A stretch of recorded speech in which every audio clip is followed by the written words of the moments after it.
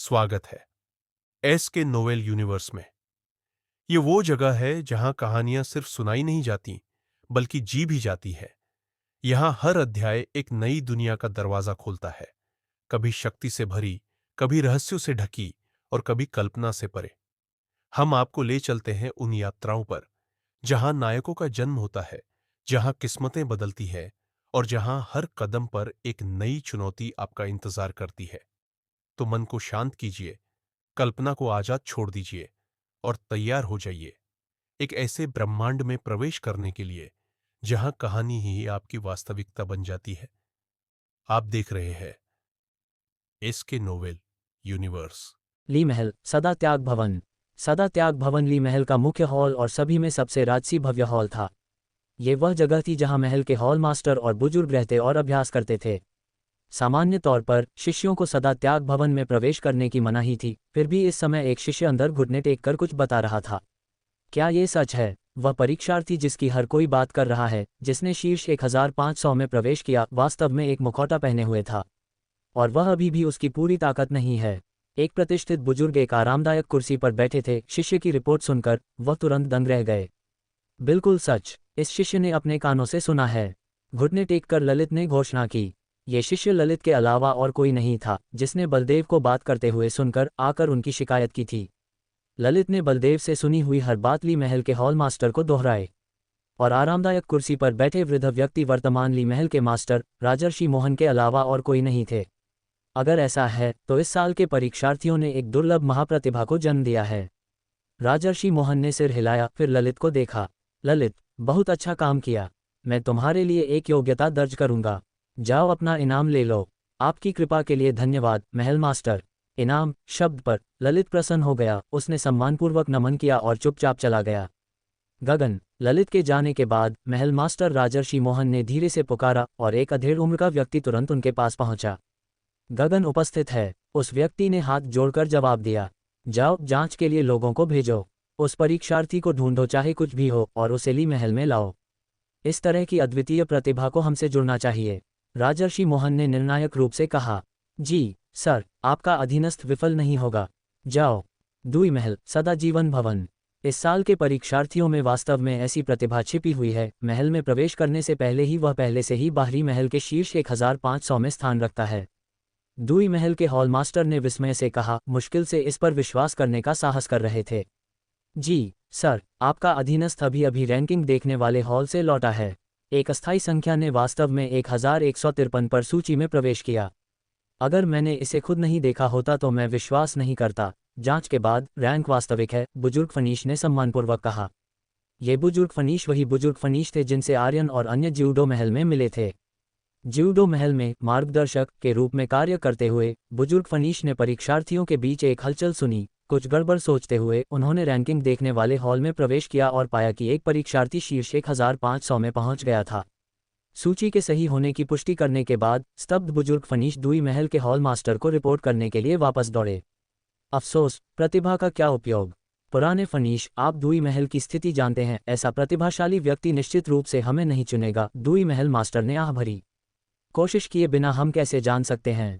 दुई महल बहुत लंबे समय से शांत रहा है, शायद हमारे चमकने का क्षण निकट है, बुजुर्ग फनीश ने जवाब दिया।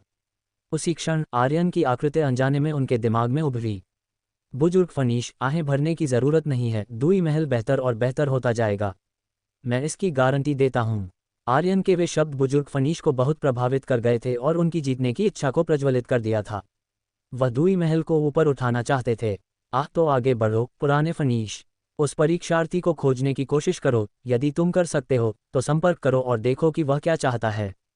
परिणाम जो भी हो, एक प्रयास सार्थक है। दुई महल मास्टर ने बिना किसी आत्मविश्वास के बात की, जैसे कि केवल औपचारिकता निभा रहे हों। फिर भी बुजुर्ग फनीश ने ईमानदारी से सिर हिलाया। बहुत अच्छा, मैं देखूंगा। वह मुड़े और उत्साह से भरकर ज्यूडो महल की ओर बढ़े। न केवल ली महल और दुई महल, अन्य महलों में से प्रत्येक ने भी दुई महल में जांच करने के लिए बुजुर्गों या उत्कृष्ट शिष्यों को भेजा।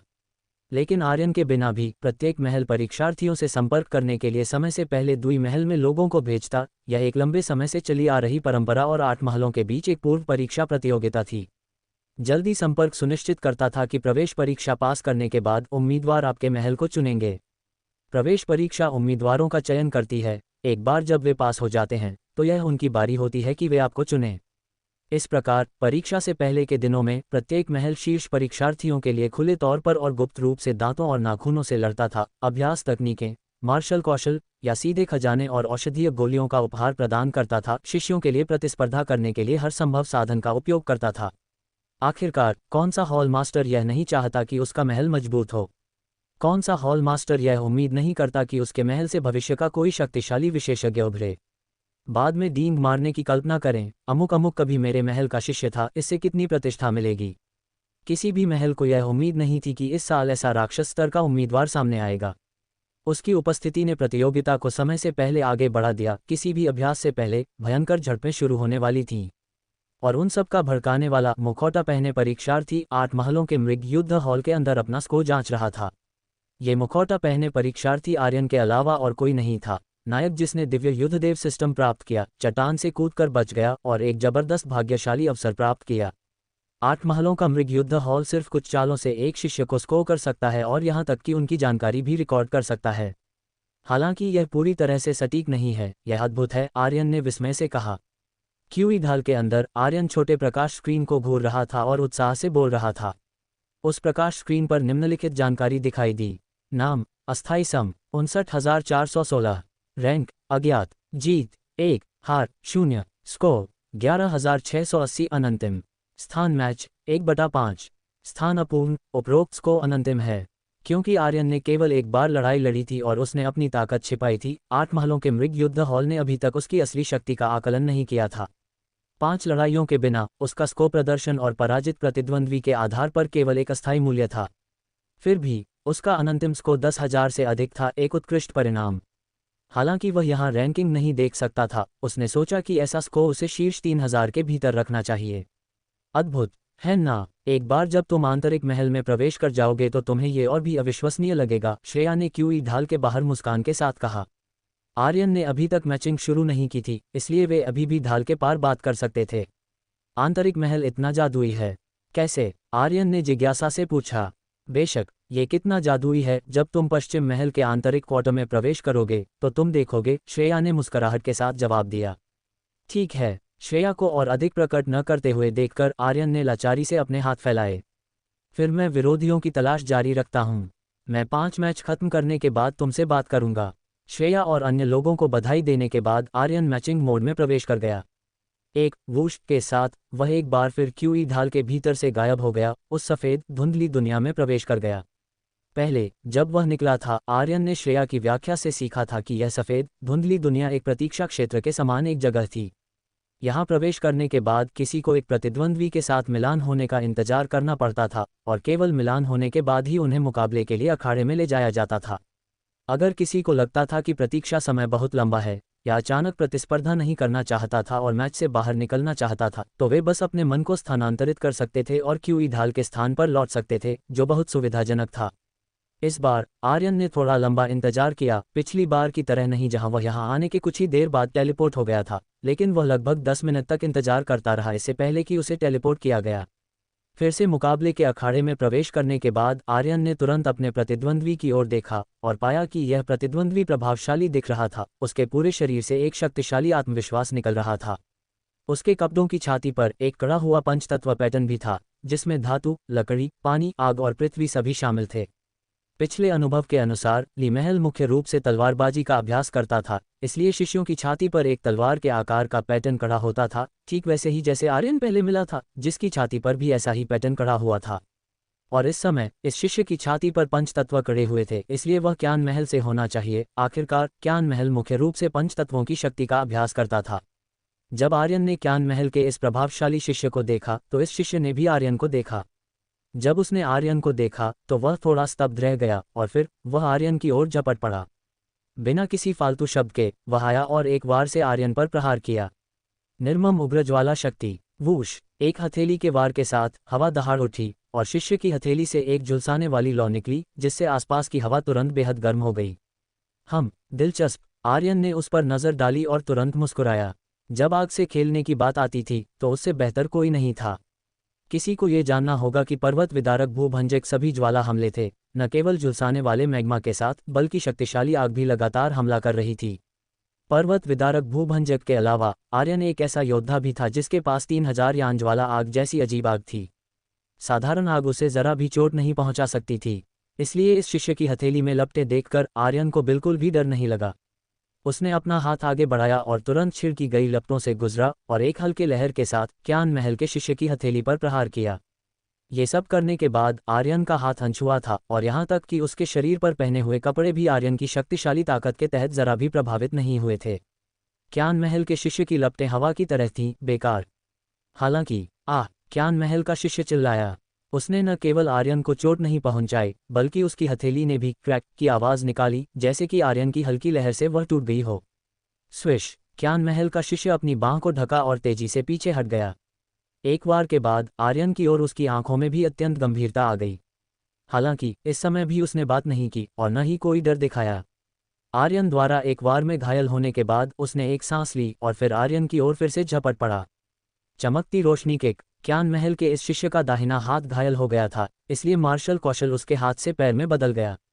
हालांकि उसने शरीर का एक हिस्सा बदल दिया, शक्ति बिल्कुल भी कमजोर नहीं हुई लेकिन थोड़ी मजबूत हो गई, क्योंकि उसने पहले जो इस्तेमाल किया था वह मध्य स्तर का प्रोफाउंड रैंक मार्शल कौशल था और अब वह जो इस्तेमाल कर रहा था वह उच्च स्तर का प्रोफाउंड रैंक मार्शल कौशल था, इसलिए शक्ति निश्चित रूप से मजबूत थी। हालांकि बैंग! क्यान महल के इस शिष्य के पैर को आर्यन ने हल्के से थपथपाया और इसे दूसरी जगह थपथपाया गया और शक्तिशाली बल ने भी क्यान महल के शिष्य को सीधे बाहर उड़ा दिया। स्विश! उसी समय जब क्यान महल का शिष्य बाहर उड़ गया, आर्यन ने तेजी से पीछा किया और फिर धीरे से 2 उंगलियों को मोड़ा और झटका दिया। बैंग! एक उंगली ने इस क्यान महल के शिष्य के माथे पर झटका दिया और तुरंत उसे और भी दूर झटका दिया। 10 मीटर से अधिक दूर उड़ने के बाद उसका शरीर जमीन पर जोर से गिर गया। इस समय फिर से इस क्यान महल के शिष्य के माथे को देखते हुए आर्यन द्वारा झटका दिया गया स्थान पहले से ही लाल और ऊंचा फूला हुआ था, जो बेहद शर्मिंदा दिख रहा था। बेशक यह अभी भी आर्यन को वापस पकड़े हुए था, अन्यथा इस क्यान महल के शिष्य का माथा इतना सरल नहीं होता जितना कि लाल और फूला हुआ, बल्कि उसका सिर सीधे आर्यन द्वारा उड़ा दिया गया होता। आर्यन कितना शक्तिशाली था, जिसने अनगिनत पूर्ण गुणवर्धक गोलियां खाई थीं और जिसकी ताकत युद्धराज के स्तर पर पहुंच गई थी। पश्चिमी महल के बाहरी महल के एक शिष्य का सिर इसे कैसे झेल सकता था? एक सूजा हुआ माथा अभी भी हल्का था। 59,416 जीतता है। बज़! जब क्यान महल का शिष्य जमीन पर गिरा तो एक और नर्म जप हुआ और आर्यन और वह टेलीपोर्ट हो गए। लगातार 2 जीत! आर्यन ने 8 महलों के मृग युद्ध हॉल में दूसरी जीत हासिल की। दूसरा खेल जीतने के बाद आर्यन ने मिलान करना जारी रखा, सफेद जगह में प्रवेश किया, लेकिन इस बार मिलान लंबा था। ऐसा लगता है कि जैसे जैसे आर्यन का रिकॉर्ड बेहतर हो रहा है, संबंधित प्रतिद्वंद्वी का मिलान करना अधिक से अधिक कठिन होता जा रहा है। ये 10 मिनट से अधिक समय तक चला और आर्यन ने अपने प्रतिद्वंद्वी का मिलान नहीं किया। बेशक ये केवल इस शर्त पर इतने लंबे समय तक मिलान किया गया था कि 8 महलों के मृग युद्ध हॉल ने आर्यन की वास्तविक ताकत का निर्धारण नहीं किया था। अगर आर्यन की ताकत का निर्धारण हो जाता तो आर्यन बिल्कुल भी किसी प्रतिद्वंद्वी का मिलान नहीं कर पाता। युद्धराज बलवान व्यक्ति, एक व्यक्ति जो युद्ध सम्राट को हरा सकता है, पश्चिम महल के बाहरी महल के 8 महलों में क्या प्रतिद्वंद्वी हो सकता है? और जैसे ही आर्यन अपने प्रतिद्वंद्वी का इंतजार कर रहा था, बाहर की दुनिया और अधिक शोरगुल वाली हो गई। उसे नहीं पता था कि दूसरे प्रतिद्वंद्वी को हराने के बाद उसने बाहर की दुनिया को कितना झटका दिया। इस समय रैंकिंग सूची पर बाहरी महल के 8 महलों में हर कोई देख सकता है कि अस्थायी संख्या 59,416 की रैंकिंग फिर से बढ़ गई है। ये वास्तव में मूल 1153वें स्थान से 766वें स्थान पर पहुंच गया है। उसने न केवल शीर्ष 1000 में प्रवेश किया, बल्कि उड़ते हुए उसने हजारों मील की छलांग लगाई, 300 से अधिक शिष्यों को पार किया और 766वें स्थान के स्तर तक पहुंच गया, जो सीधे तौर पर चौंकाने वाला है। इसके अलावा अस्थायी संख्या 59,416 का स्कोर 12,300 अंक तक पहुंच गया, एक ही बार में कई सौ अंकों की वृद्धि। आपको पता होना चाहिए कि रैंकिंग जितनी अधिक होती है, एक अंक से भी बढ़ना उतना ही कठिन होता है।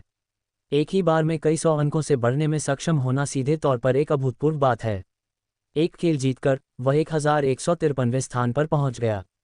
2 खेल जीतकर वह 766वें स्थान पर पहुंच गया। एक उम्मीदवार की पहचान के साथ उसने शीर्ष 1000 में प्रवेश किया। इसके अलावा उसने एक ही बार में कई सौ अंकों में सुधार किया। इस उम्मीदवार ने कई रिकॉर्ड बनाए हैं जो इतने लंबे समय तक पश्चिम महल के बाहरी महल में कभी नहीं हुआ। इसके अलावा हर किसी को क्यान महल से भी खबर मिली कि अस्थायी संख्या 59,416 वाले इस उम्मीदवार ने अभी अभी वीरेंद्र को हराया है, जो क्यान महल में 768वें स्थान पर था। आपको पता होना चाहिए, वह वीरेंद्र है। एक प्रतिभाशाली उम्मीदवार जिसने एक बार पश्चिम महल प्रवेश परीक्षा में तीसरा स्थान जीता था। वह न केवल मजबूत है बल्कि वह प्रभावशाली भी दिखता है और क्यान महल द्वारा उसे बहुत महत्व दिया जाता है। यहाँ तक कि ऐसे शिष्य को भी उस उम्मीदवार ने हरा दिया। इस समय हर किसी के दिल में एक सवाल था, आखिरकार यह परीक्षार्थी कौन था? उसके पास इतनी शक्तिशाली ताकत क्यों थी?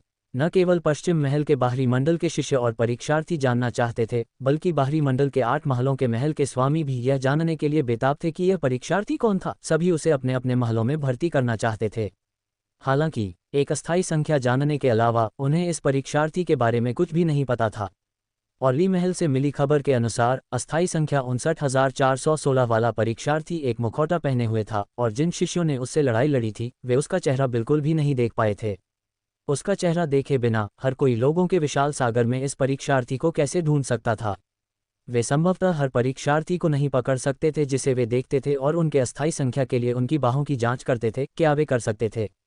इस बात को छोड़ दें कि क्या वे ऐसा कर सकते थे, भले ही वे कर सकते थे। 4 प्रमुख जिलों में हजारों परीक्षार्थियों के साथ उसे खोजने में कितना समय लगेगा? इसलिए आश्चर्य और जिज्ञासा के अलावा हर कोई और कुछ नहीं कर सकता था। बेशक लोगों की एक बड़ी संख्या नहीं जानती थी कि अस्थायी संख्या 59,416 वाला ये परीक्षार्थी कौन था, लेकिन लोगों का एक छोटा समूह भी था जिसने उसकी पहचान का अनुमान लगाया था। ये लोगों का समूह उत्तरी जिले के परीक्षार्थी थे, साथ ही वे शिष्य और मुख्य परीक्षक जो उत्तरी जिले के परीक्षार्थियों के साथ पश्चिम महल लौटे थे। इन लोगों को एक हल्की सी भावना थी कि रैंकिंग के शीर्ष 1000 में पहुंचने वाला परीक्षार्थी आर्यन था। आखिरकार आर्यन कौन था? वह अस्तित्व था जिसने एक युद्ध सम्राट विशेषज्ञ को हराया था और आसानी से एक युद्ध राज को तुरंत मार सकता था। ऐसे व्यक्ति के लिए बाहरी मंडल की रैंकिंग के शीर्ष 1000 में प्रवेश करना ये बिल्कुल भी कोई समस्या नहीं थी।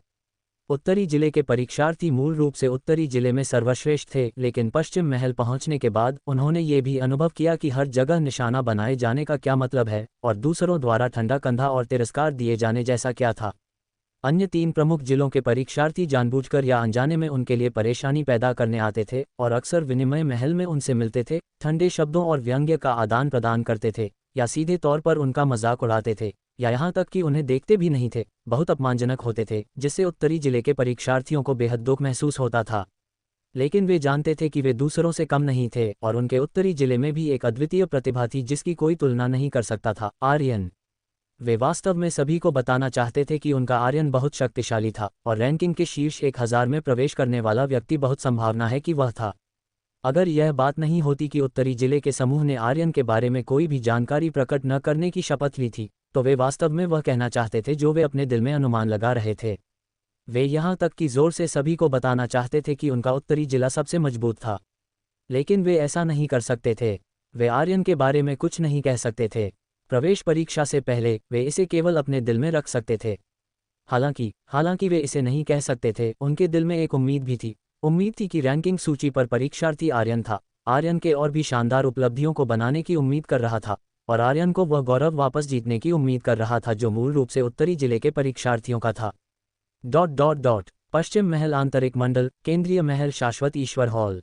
इस समय हॉल में बूढ़े लोगों का एक समूह इकट्ठा था। प्रत्येक बूढ़े व्यक्ति से एक शक्तिशाली आभा निकल रही थी जो अविश्वसनीय रूप से मजबूत प्रतीत हो रहे थे। केंद्रीय महल शाश्वत ईश्वर हॉल पश्चिम महल का केंद्र था और पूरे पश्चिमी क्षेत्र का शक्ति केंद्र भी था। सभी नीतियों और सभी लेखों पर शाश्वत ईश्वर हॉल में चर्चा और निर्माण किया गया था और जो लोग शाश्वत ईश्वर हॉल में प्रवेश कर सकते थे वे केवल पश्चिम महल के उच्च स्तरीय सदस्य थे, जो पश्चिम महल के पिरामिड के शीर्ष पर खड़े लोगों का एक समूह थे। शाश्वत ईश्वर हॉल में प्रवेश करना भी स्थिति का प्रतीक था। पश्चिम महल के सभी शिष्य, चाहे बाहरी मंडल हो या आंतरिक मंडल, शाश्वत ईश्वर हॉल में प्रवेश करने का लक्ष्य रखते थे। हालांकि इस समय शाश्वत ईश्वर हॉल में उन बूढ़े लोगों के अलावा जिनसे एक शक्तिशाली आभा निकल रही थी, वास्तव में एक अधेड़ उम्र का व्यक्ति था जो केवल एक युद्धराज की आभा निकाल रहा था, एक असाधारण स्वभाव के साथ। अगर आर्यन यहाँ होता तो वह निश्चित रूप से बहुत हैरान होता, क्योंकि यह अधेड़ उम्र का व्यक्ति पवन उत्सव नगर का मुख्य परीक्षक सम्राट वर्मा के अलावा और कोई नहीं था जिससे वह बहुत परिचित था। कहा जाता है कि बाहरी मंडल में एक परीक्षार्थी है जिसने अभी तक महल में प्रवेश नहीं किया है, लेकिन पहले ही रैंकिंग के शीर्ष 1000 में पहुंच गया है। वर्मा भतीजे, तुम भी इस बार मुख्य परीक्षक बनने के लिए महल से बाहर गए थे। क्या तुम जानते हो कि यह परीक्षार्थी कौन है? ये तथ्य कि एक परीक्षार्थी जिसने अभी तक महल में प्रवेश नहीं किया है बाहरी मंडल की रैंकिंग में प्रवेश कर सकता है, ने एक बड़ी हलचल मचा दी है। इस समय पश्चिम महल के उच्च स्तरीय सदस्य भी इस मामले के बारे में जानते हैं, इसलिए एक उच्च स्तरीय सदस्य जानता था कि सम्राट वर्मा एक मुख्य परीक्षक रहे हैं और तुरंत उनसे पूछा। सम्राट वर्मा ने ये सुना, हाथ जोड़े और बिना भौहें सिकोड़े जवाब दिया, वर्मा नहीं जानता। वर्मा केवल उत्तरी जिले के पवन उत्सव नगर में योग्यता परीक्षा के लिए जिम्मेदार है और पवन उत्सव नगर में ऐसा कोई प्रतिभाशाली परीक्षार्थी नहीं है। शायद ये किसी अन्य शहर या किसी अन्य क्षेत्र का परीक्षार्थी है। बेशक सम्राट वर्मा कुछ लोगों को एक बड़ा आश्चर्य देना चाहते थे, इसलिए वह निश्चित रूप से पश्चिम महल के उच्च स्तरीय सदस्यों को आर्यन के मामले की रिपोर्ट नहीं करेंगे। और इस समय रैंकिंग के शीर्ष 1000 में प्रवेश करने वाला परीक्षार्थी बिना अनुमान लगाए सम्राट वर्मा जानते थे कि यह आर्यन ही होना चाहिए। आर्यन के अलावा महल में प्रवेश किए बिना और कौन शीर्ष 1000 में प्रवेश कर सकता था? बाहरी मंडल के शीर्ष 1000 किस तरह के अस्तित्व हैं? वे सभी 9 सितारा युद्ध आत्मा स्तर के प्रतिभाशाली शिष्य हैं। कैसे परीक्षार्थी जिन्होंने महल में प्रवेश नहीं किया है उन्हें हराने में सक्षम होंगे? रैंकिंग में कुछ बाहरी मंडल के शिष्य तो उनसे, सम्राट वर्मा से भी अधिक मजबूत हैं। अगर आंतरिक मंडल की परीक्षा अभी तक शुरू नहीं हुई होती तो ये शिष्य शायद पहले ही आंतरिक मंडल में प्रवेश कर चुके होते। इसलिए वह व्यक्ति जो इन लोगों को हरा सकता है और बाहरी मंडल की रैंकिंग के शीर्ष 1000 में प्रवेश कर सकता है, वह आर्यन के अलावा और कोई नहीं है। उसी समय सम्राट वर्मा ने अपने दिल में आर्यन के बारे में बड़बड़ाया और शिकायत की। क्या उसने प्रवेश परीक्षा से पहले आर्यन को कम महत्वपूर्ण रहने के लिए नहीं कहा था? उसने फिर से ऐसा क्यों किया? अगर उसे खोज लिया गया तो हम कैसे खेल सकते हैं? सौभाग्य से यह मुझे दिया गया था। सम्राट वर्मा ने हाथ जोड़े और पश्चिम महल के उच्च स्तरीय सदस्यों से सम्मानपूर्वक कहा, वर्मा जाकर देखेंगे कि महल में अभी तक प्रवेश न करने वाला ये परीक्षार्थी कितना प्रतिभाशाली है। ये कहते हुए सम्राट वर्मा मुस्कुराते हुए चेहरे के साथ मुड़े और शाश्वत ईश्वर हॉल से बाहर निकल गए। ... दूसरी तरफ आर्यन ने आखिरकार अपने तीसरे प्रतिद्वंद्वी का मिलान किया। मूल रूप से आर्यन बाहरी मंडल में विरोधियों की बिल्कुल भी परवाह नहीं करता था, लेकिन उसने अपने सामने प्रतिद्वंद्वी से एक युद्धराज विशेषज्ञ की आभा महसूस की। अंतर्दृष्टि की आंख का उपयोग करके देखने पर यह वास्तव में... आर्यन ने दिव्य दृष्टि तकनीक का उपयोग किया और आश्चर्यचकित होकर पाया कि यह तीसरा प्रतिद्वंद्वी वास्तव में एक युद्धराज था। नाम जयेश, स्तर 40 युद्धराज, अभ्यास तकनीक रक्त गगन दानव कला पृथ्वी रैंक निम्न ग्रेड, मार्शल कौशल छाया खंजर कला प्रोफाउंड रैंक उच्च ग्रेड, क्रोधी लहर तलवारबाजी प्रोफाउंड रैंक उच्च ग्रेड, हजारों मेघों का मत स्वप्न प्रोफाउंड रैंक उच्च ग्रेड। मूल्यांकन कमजोर, आपकी ताकत आपके प्रतिद्वंद्वी से कहीं अधिक है, आपके लिए वह पूरी तरह से कमजोर है और कोई खतरा पैदा नहीं करता है। ... आर्यन को उम्मीद नहीं थी कि वह पश्चिम महल के बाहरी महल में युद्धराज स्तर के शिष्य से मिलेगा। हालांकि वह केवल बिना किसी सितारे का एक युद्धराज था और उसकी ताकत आर्यन की ताकत से बहुत दूर थी, फिर भी यह उसे चकित करने के लिए पर्याप्त था। पश्चिम महल के बाहरी महल की 8 महलों की रैंकिंग में वास्तव में छिपे हुए ड्रैगन और झुकने वाले बाघ थे। हालांकि क्योंकि पिछले मैचमेकिंग में बहुत समय लगा था और आर्यन श्रेया, मुक्ति और अन्य लोगों को इंतजार नहीं कराना चाहता था, उसका समय बर्बाद करने का कोई इरादा नहीं था, भले ही वह एक युद्धराज के खिलाफ हो। एक गति के साथ आर्यन इस बार पहल की और जयेश नाम के शिष्य की ओर दौड़ा। श्वा आर्यन ने निराकार मायावी चाल को सक्रिय नहीं किया, फिर भी उसकी आकृति बिजली की तरह तेज थी, पलक झपकते ही जयेश के सामने प्रकट होने के लिए एक बोल्ट की तरह चमक रही थी। इतना तेज! जयेश ने आर्यन को एक मुखौटा पहने और परीक्षार्थी के कपड़े पहने देखा और सोच रहा था कि क्या ये व्यक्ति वास्तव में एक परीक्षार्थी था और कैसे उसका उसके साथ मिलान किया गया था जब मुखौटा पहने परीक्षार्थी अचानक उसकी ओर दौड़ा। और जबरदस्त गति से जयेश मुश्किल से एक छाया की झलक पकड़ पाया, इससे पहले कि उसका प्रतिद्वंद्वी पहले ही उसके सामने था। चौंक कर जयेश ने जल्दी से अवरुद्ध करने के लिए अपनी तलवार उठाई। क्रोधी लहर तलवारबाजी हुआ। जयेश ने अपनी लंबी तलवार को हवा में कोड़े मारे। उसकी तलवार कोई साधारण विनियमन ब्लेड नहीं थी, यह एक 3 फुट की लचीली तलवार थी जिसका ब्लेड इच्छा पर झुक सकता था और जिसका किनारा असाधारण रूप से तेज था। जयेश के नृत्य के तहत लचीली तलवार किनारे की ओर दुर्घटनाग्रस्त होने वाली लहर के बाद लहर की तरह घुमावदार थी, उग्र रूप से उछल रही थी और धीरे से गुनगुना रही थी। लहर पर लहर ने जयेश के चारों ओर एक गोलाकार ज्वार का गठन किया। हालांकि आर्यन की गति इतनी महान थी कि जयेश की आंखें तालमेल नहीं बिठा सकीं, इस रक्षा ने कोई अंधा धब्बा नहीं छोड़ा। सभी 360 डिग्री तलवार प्रकाश के फूलों में लिपटे हुए थे।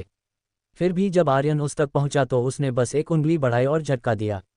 जयेश की तलवार कितनी भी तेज क्यों न हो, वह प्रति सेकंड कितने भी तलवार फूल क्यों न पैदा करे, उसका सहज 360 डिग्री बचाव कोई मायने नहीं रखता। एक स्पष्ट क्लिंक के साथ आर्यन की उंगली ने लचीली ब्लेड का पता लगाया और उस पर अचूक रूप से प्रहार किया, जिससे जयेश जम गया। हर तलवार रूप एक पल में गायब हो गया। इस दृष्टि पर जयेश का रंग फीका पड़ गया। उसने 2 उन्मत्त कदम पीछे हटाए, आर्यन के झटका को दूर करने के लिए अपने दाहिने कलाई को बाईं ओर से सहारा दिया, फिर तुरंत रणनीति बदल दी। छाया खंजर कला हुआ। जयेश ने लचीली तलवार को झटका दिया, इसे अनगिनत ब्लेड प्रेतों में गुना किया जो मूल तलवार में फिर से जुड़ गए। लेकिन अब ब्लेड के ऊपर एक बेहोश भूतिया छाया मंडरा रही थी, एक प्रेत की तरह, देखने में भयावह। भूत छाया तलवार से चिपकी हुई थी। जहां भी जयेश ने ब्लेड को इंगित किया, छाया ने पीछा किया, एक डरावना दृश्य। प्रेत को बुलाने के साथ जयेश ने आर्यन पर अपनी तलवार लहराई और भूतिया आकृति पंजे बाहर ब्लेड के साथ चार्ज हुई। हम्फ, छोटी सी चाल। आर्यन ने ठंडे होकर सूंघा। अजीबोगरीब हमले का सामना करते हुए वह न तो डरा और न ही चकमा दिया। उसने बस आगे थप्पड़ मारा, लचीली तलवार से टकराया और जबरदस्त बल के साथ इसे चकनाचूर कर दिया। भूत छाया धुएं के कतरों में विसर्जित हो गई। असंभव! जयेश ने जमीन पर टुकड़ों को घूरते हुए कहा। बोलने के लिए बहुत सदमे में था, फिर भी आर्यन ने उसे कोई मौका नहीं दिया। एक और हथेली, पंख जितनी हल्की, ने जयेश को हवा में उड़ा दिया। 1 दर्जन मीटर तक सोरिंग के बाद वह अजीब झनकार फिर से सुनाई दी और दोनों को अखाड़े से टेलीपोर्ट किया गया। जीत और हार एक पल में तय हो गई। आर्यन जीता। एक युद्धराज क्षणों में पराजित हो गया था। पूरा आदान प्रदान मुश्किल से कुछ सांसों तक चला, पलक झपकते ही समाप्त हो गया। बेशक ये केवल इसलिए था क्योंकि आर्यन ने वापस पकड़ लिया। अगर उसने एक मार्शल कौशल का उपयोग किया होता तो जयेश मौके पर ही मर गया होता, और भी तेजी से। हालांकि जयेश एक युद्धराज था, उनके बीच का अंतर बहुत बड़ा था, पूरी तरह से अलग स्तरों के प्रतिद्वंद्वी। जयेश की हार के लिए धन्यवाद। आर्यन का स्कोर फिर से बढ़ा, उसकी रैंकिंग एक ताज़ा उच्च तक पहुंच गई। जब बाहरी दुनिया ने आर्यन की रैंक को फिर से बढ़ते देखा तो सदमा तेज हो गया, शोर फैल गया, क्योंकि अधिक से अधिक लोगों ने इसके बारे में सीखा और अस्थायी संख्या 59,416 के तहत परीक्षार्थी की झलक पाने के लिए रैंकिंग हॉल में भाग गए। आमतौर पर 8 महलों के व्यक्तिगत रैंकिंग हॉल में अधिकतम 100 या 2 होते थे, अब प्रत्येक 1000 से अधिक से भरा हुआ था। प्रत्येक बाहरी महल अस्त व्यस्त था क्योंकि रैंकिंग हॉल पूरी तरह से भर गए थे। अनगिनत शिष्य अभी भी रास्ते में थे, लेकिन इनमें से कोई भी आर्यन की चिंता नहीं थी। जयेश को हराने के बाद वह एक नए मैच की तलाश के लिए सफ़ेद विस्तार में फिर से प्रवेश कर गया। त्वरित लड़ाइयों का मतलब था कि श्रेया और अन्य लोग लंबे समय तक इंतजार नहीं करेंगे। इस बार उसका मिलान लगभग तुरंत किया गया, सेकंड के भीतर उसे अखाड़े में टेलीपोर्ट किया गया। आखिरकार मैं तुमसे मिलता हूँ। प्रवेश करने पर उसके नए प्रतिद्वंद्वी ने खुशी से कहा। विशाल युद्ध इरादे के साथ फूट पड़ा। यह कोई ऐसा व्यक्ति था जिसने आर्यन के साथ द्वंद्व युद्ध की कामना की थी। आखिरकार मुझसे मिलते हो, तुम्हारा क्या मतलब है? आर्यन ने पजल्ड पूछा। जैसे ही उसने बात की, उसने कैजुअली दूसरे पक्ष की ओर एक दिव्य दृष्टि तकनीक को झटका दिया। नाम पवन जमीर। स्तर 41, एक सितारा युद्धराज। अभ्यास तकनीक गगनहिम तरंग कला, पृथ्वी रैंक निम्न ग्रेड। मार्शल कौशल वन आत्मा दानव मुद्रा, प्रोफाउंड रैंक उच्च ग्रेड। सूर्य वन दानव मुद्रा मुष्टि, प्रोफाउंड रैंक उच्च ग्रेड। पृथ्वी आत्मा शुद्ध मुद्रा, पृथ्वी रैंक निम्न ग्रेड। मूल्यांकन कमजोर। आपकी ताकत आपके प्रतिद्वंद्वी से कहीं अधिक है, आपके लिए वह पूरी तरह से कमजोर है और कोई खतरा पैदा नहीं करता है। ...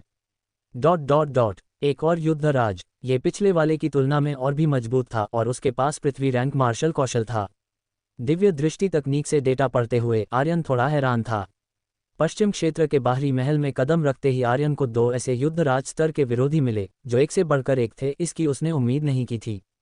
संभव है कि बाद में उसके सामने आने वाले विरोधी भी इसी क्षमता के हों, और जैसे जैसे मैचों की संख्या बढ़ेगी वे और मजबूत होते जाएंगे।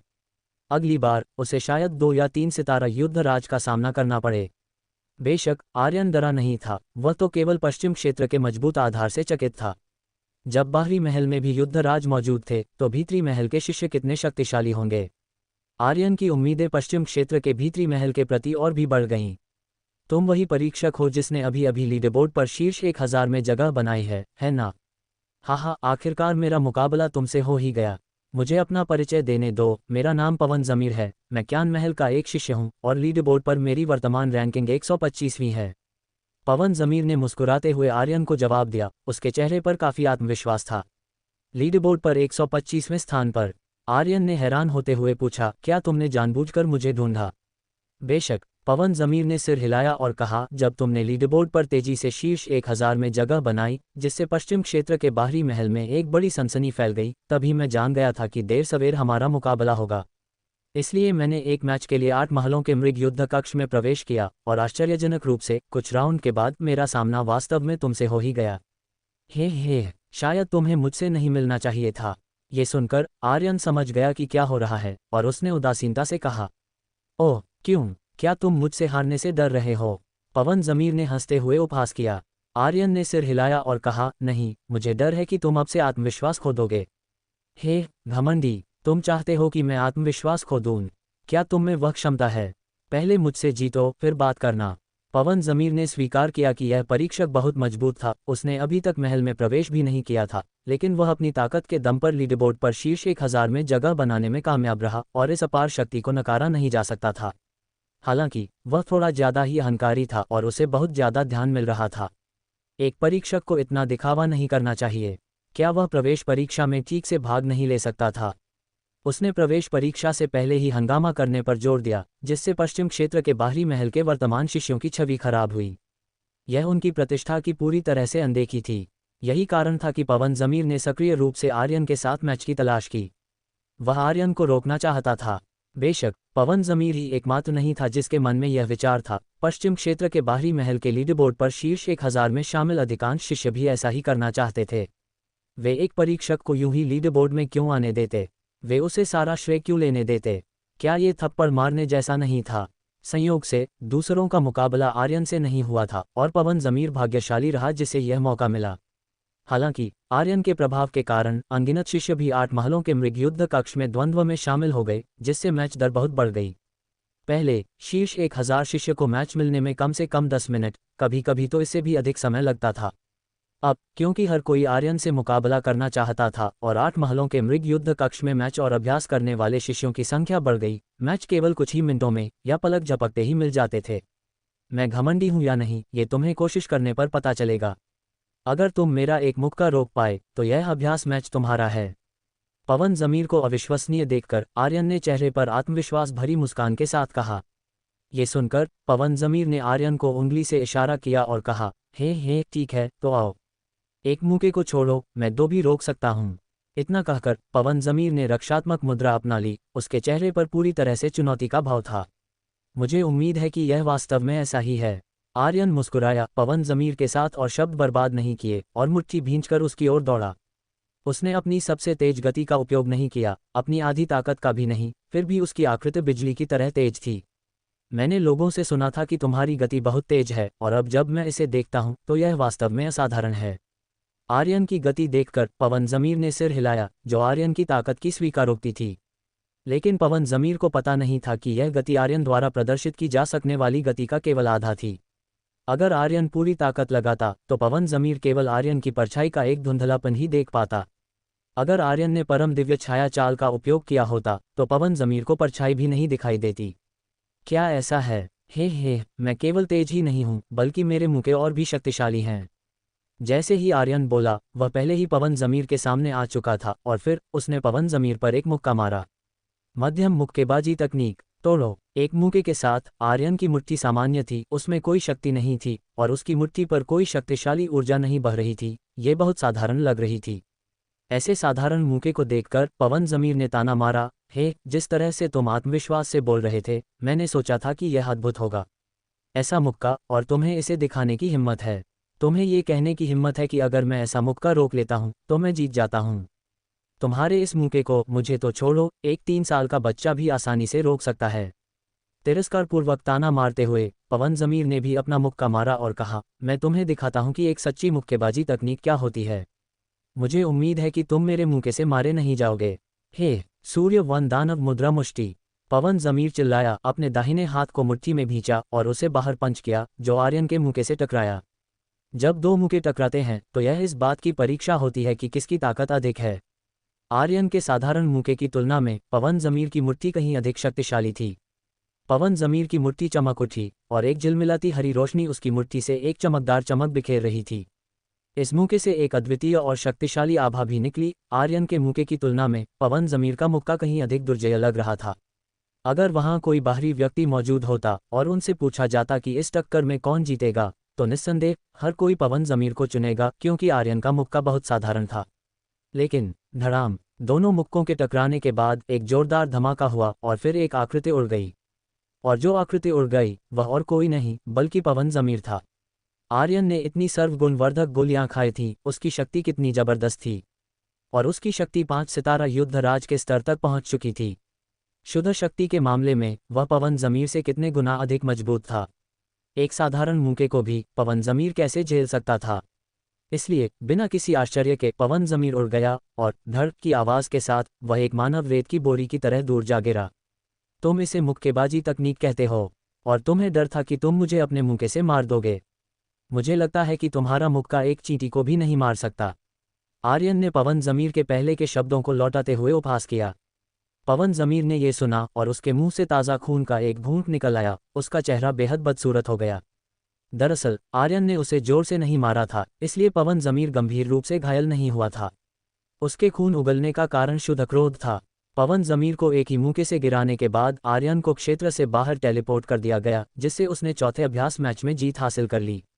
चून की रेटिंग के लिए 5 मैच की आवश्यकता होती है, उसने अब 4 पूरे कर लिए थे। एक और मैच के बाद उसकी रेटिंग अंतिम रूप ले लेगी। इस समय बाहरी दुनिया में एक बार फिर शोरगुल मच गया। ऐसा इसलिए था क्योंकि आर्यन के चौथे मैच जीतने के बाद उसकी रैंकिंग फिर से बढ़ गई थी। इस समय तक वह रैंकिंग में 66वें स्थान पर पहुंच चुका था। इसके अलावा स्थिति को देखते हुए ऐसा लग रहा था कि उसके पास अभी भी एक उच्च रैंक के लिए चुनौती देने की उम्मीद थी। हर कोई 8 महलों के मृग युद्ध कक्ष के नियमों को समझता था। लीड बोर्ड पर किसी के वास्तविक स्कोर और वास्तविक रैंकिंग को जानने के लिए 5 मैच पूरे करने होंगे। केवल 5 मैचों के बाद ही किसी की ताकत को निर्धारित किया जा सकेगा, जिससे रैंकिंग पर सटीक स्थान मिल सके। 5 मैच पूरे होने से पहले प्राप्त स्कोर केवल अस्थायी थे। हालांकि ये अस्थायी स्कोर रैंकिंग में प्रवेश कर सकते थे, वे अंतिम परिणाम नहीं थे। अंतिम स्कोर जारी होने से पहले अस्थायी स्कोर हमेशा वास्तविक स्कोर से कम होगा, कभी अधिक नहीं। जिस परीक्षक का अस्थायी नंबर 59,416 था, उसने केवल 4 मैच पूरे किए थे, जिसका अर्थ है कि उसका वर्तमान 66वां स्थान अंतिम रैंकिंग नहीं था।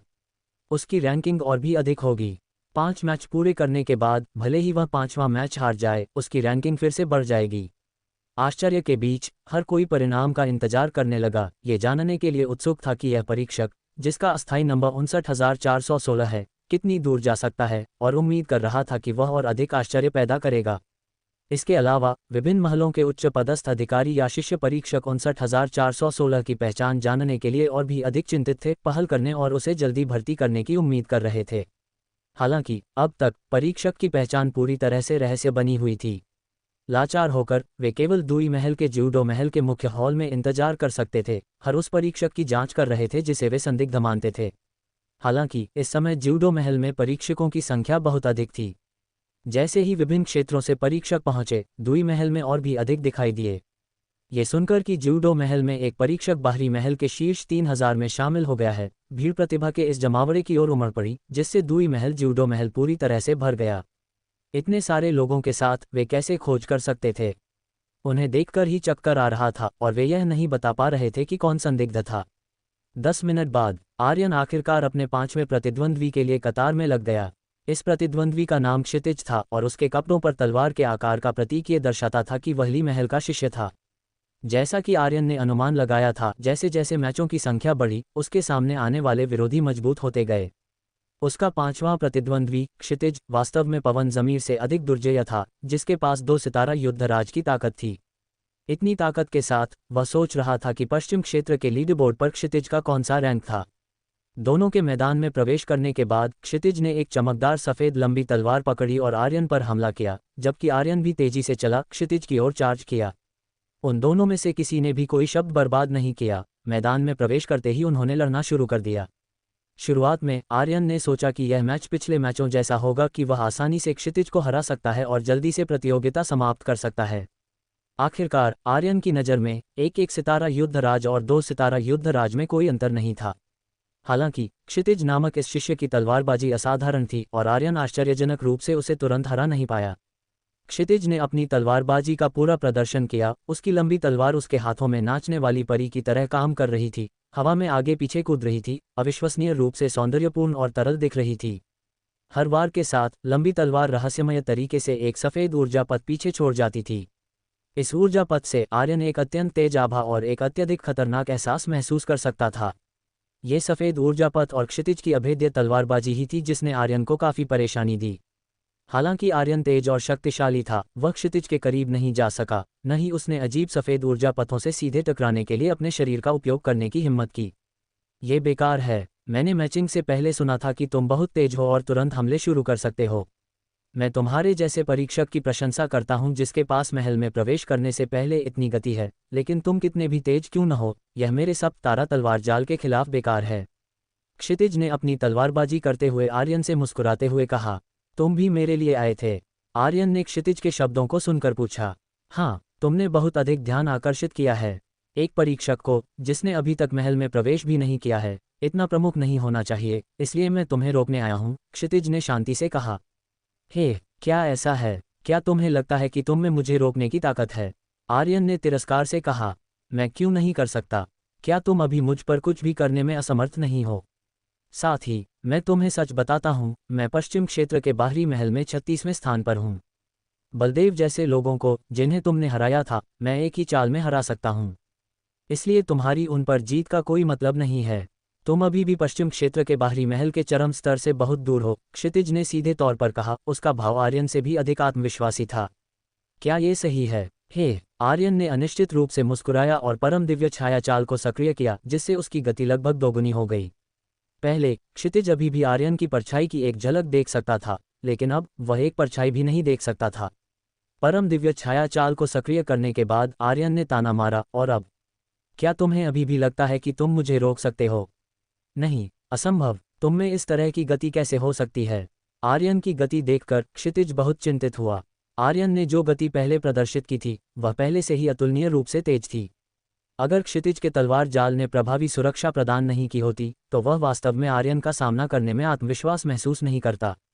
लेकिन अब आर्यन ने फिर से गति बढ़ा दी थी, और यह गति क्षितिज की समझ से परे थी।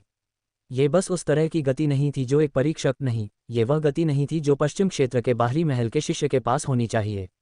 इस तरह की गति भीतरी महल में, वहाँ के मजबूत विशेषज्ञों पर दिखाई दे सकती है, लेकिन इसे बाहरी महल में और निश्चित रूप से एक परीक्षक पर नहीं दिखना चाहिए। असंभव कहने के लिए, मैं केवल यही निष्कर्ष निकाल सकता हूँ कि तुम कुएं के मेढक हो। इस दुनिया में कुछ भी असंभव नहीं है। आर्यन हंसा। तुरंत बाद, वह चला गया। क्षितिज का तलवार जाल कितना भी सघन क्यों न हो और उसकी ऊर्जा राहें कितनी भी तेज क्यों न हो, आर्यन की अद्वितीय गति के सामने वे एक मजाक बन गईं। आर्यन की आकृति तलवार जाल और ऊर्जा राहों के बीच से सरक गई। हजारों तलवारों के वार और अनगिनत सफ़ेद ऊर्जा राहें आर्यन के कपड़ों के कोने को भी नहीं छू सकीं। हर बार जब एक तलवार नीचे कटती थी, आर्यन पहले ही कहीं और होता था। हर बार जब एक सफ़ेद ऊर्जा पथ गुजरता था, आर्यन पहले ही मुड़ चुका होता था। वह एक परी की तरह था, तलवार जाल के भीतर शालीनता से नाच रहा था। तलवार जाल की नाकेबंदी की परतों को पार करते हुए आर्यन क्षितिज के बगल में पहुंचा और एक हथेली से उसे मारा, जिससे वह उड़ गया। हालांकि 5वें मैच में कुछ प्रयास की आवश्यकता थी, फिर भी आर्यन ने आसानी से जीत हासिल कर ली। 5 मैच समाप्त करने के बाद आर्यन ने आगे मैचिंग जारी नहीं रखी। इसके बजाय वह बाहर निकला और ऊर्जा कवच पर लौट आया। 5 मैच पूरे होने के साथ रेटिंग स्थिति भी समाप्त हो गई और वास्तविक रेटिंग जल्द ही सामने आने वाली थी। ये कैसा रहा, आर्यन भाई? जैसे ही उसने आर्यन को देखा, श्रेया ने पूछा, क्या तुम मेरी ताकत नहीं जानती? बेशक, मैंने सभी 5 मैच जीते। आर्यन ने अपना मुखौटा उतारा और श्रेया से मुस्कुराते हुए कहा। चूंकि वह अब मैचों में भाग नहीं ले रहा था, इसलिए मुखौटा पहनने की कोई आवश्यकता नहीं थी। नहीं, बेशक, मैं जानती हूं कि आर्यन भाई सभी 5 मैच जीत सकते हैं। मैं पूछ रही हूं कि विरोधी कैसे थे। पहले 5 मैचों में आप जितने मजबूत विरोधियों का सामना करते हैं, उतनी ही अधिक रेटिंग आप प्राप्त कर सकते हैं, और आपकी अंतिम रैंकिंग उतनी ही अधिक होगी, श्रेया ने कहा। मेरे सामने आए विरोधी? आर्यन ने एक पल के लिए सोचा और कहा, मेरे सामने आए विरोधी ठीक थे। आखिरी विरोधी तो 2 सितारा युद्धराज का शिष्य भी था। मुझे बाहरी महल में युद्धराज स्तर के शिष्यों का सामना करने की उम्मीद नहीं थी। मैंने सोचा था कि वह स्तर केवल पश्चिम क्षेत्र के भीतरी महल में ही पाया जाएगा। सम्राट वर्मा पश्चिम क्षेत्र के भीतरी महल से थे और उनकी ताकत केवल 1 सितारा युद्धराज के आसपास थी, इसलिए आर्यन ने स्वाभाविक रूप से मान लिया था कि युद्धराज स्तर के व्यक्तियों को भीतरी महल में भर्ती किया जाएगा। हालांकि उसे उम्मीद नहीं थी कि बाहरी महल में भी इस ताकत के शिष्य होंगे। आपका सामना वास्तव में 2 सितारा युद्धराज की ताकत वाले शिष्य से हुआ, तो आर्यन भाई, आपको कम से कम शीर्ष 50 में होना चाहिए। श्रेया ने सिर हिलाया, फिर मुस्कुराए और आर्यन को समझाया, आर्यन भाई, बाहरी महल में युद्धराजों का सामना करना अजीब नहीं है। बाहरी महल के लीडरबोर्ड पर शीर्ष 200 सभी युद्धराज स्तर के शिष्य हैं। ये प्रतिभाओं में प्रतिभाएं हैं। पश्चिम क्षेत्र के बाहरी महल में सबसे उत्कृष्ट अस्तित्व, जिस कारण से उन्होंने भीतरी महल में प्रवेश नहीं किया है, वह यह है कि भीतरी महल की परीक्षा अभी तक शुरू नहीं हुई है। भीतरी महल की परीक्षा पास करने के बाद ही ये लोग भीतरी महल के शिष्य बन सकते हैं।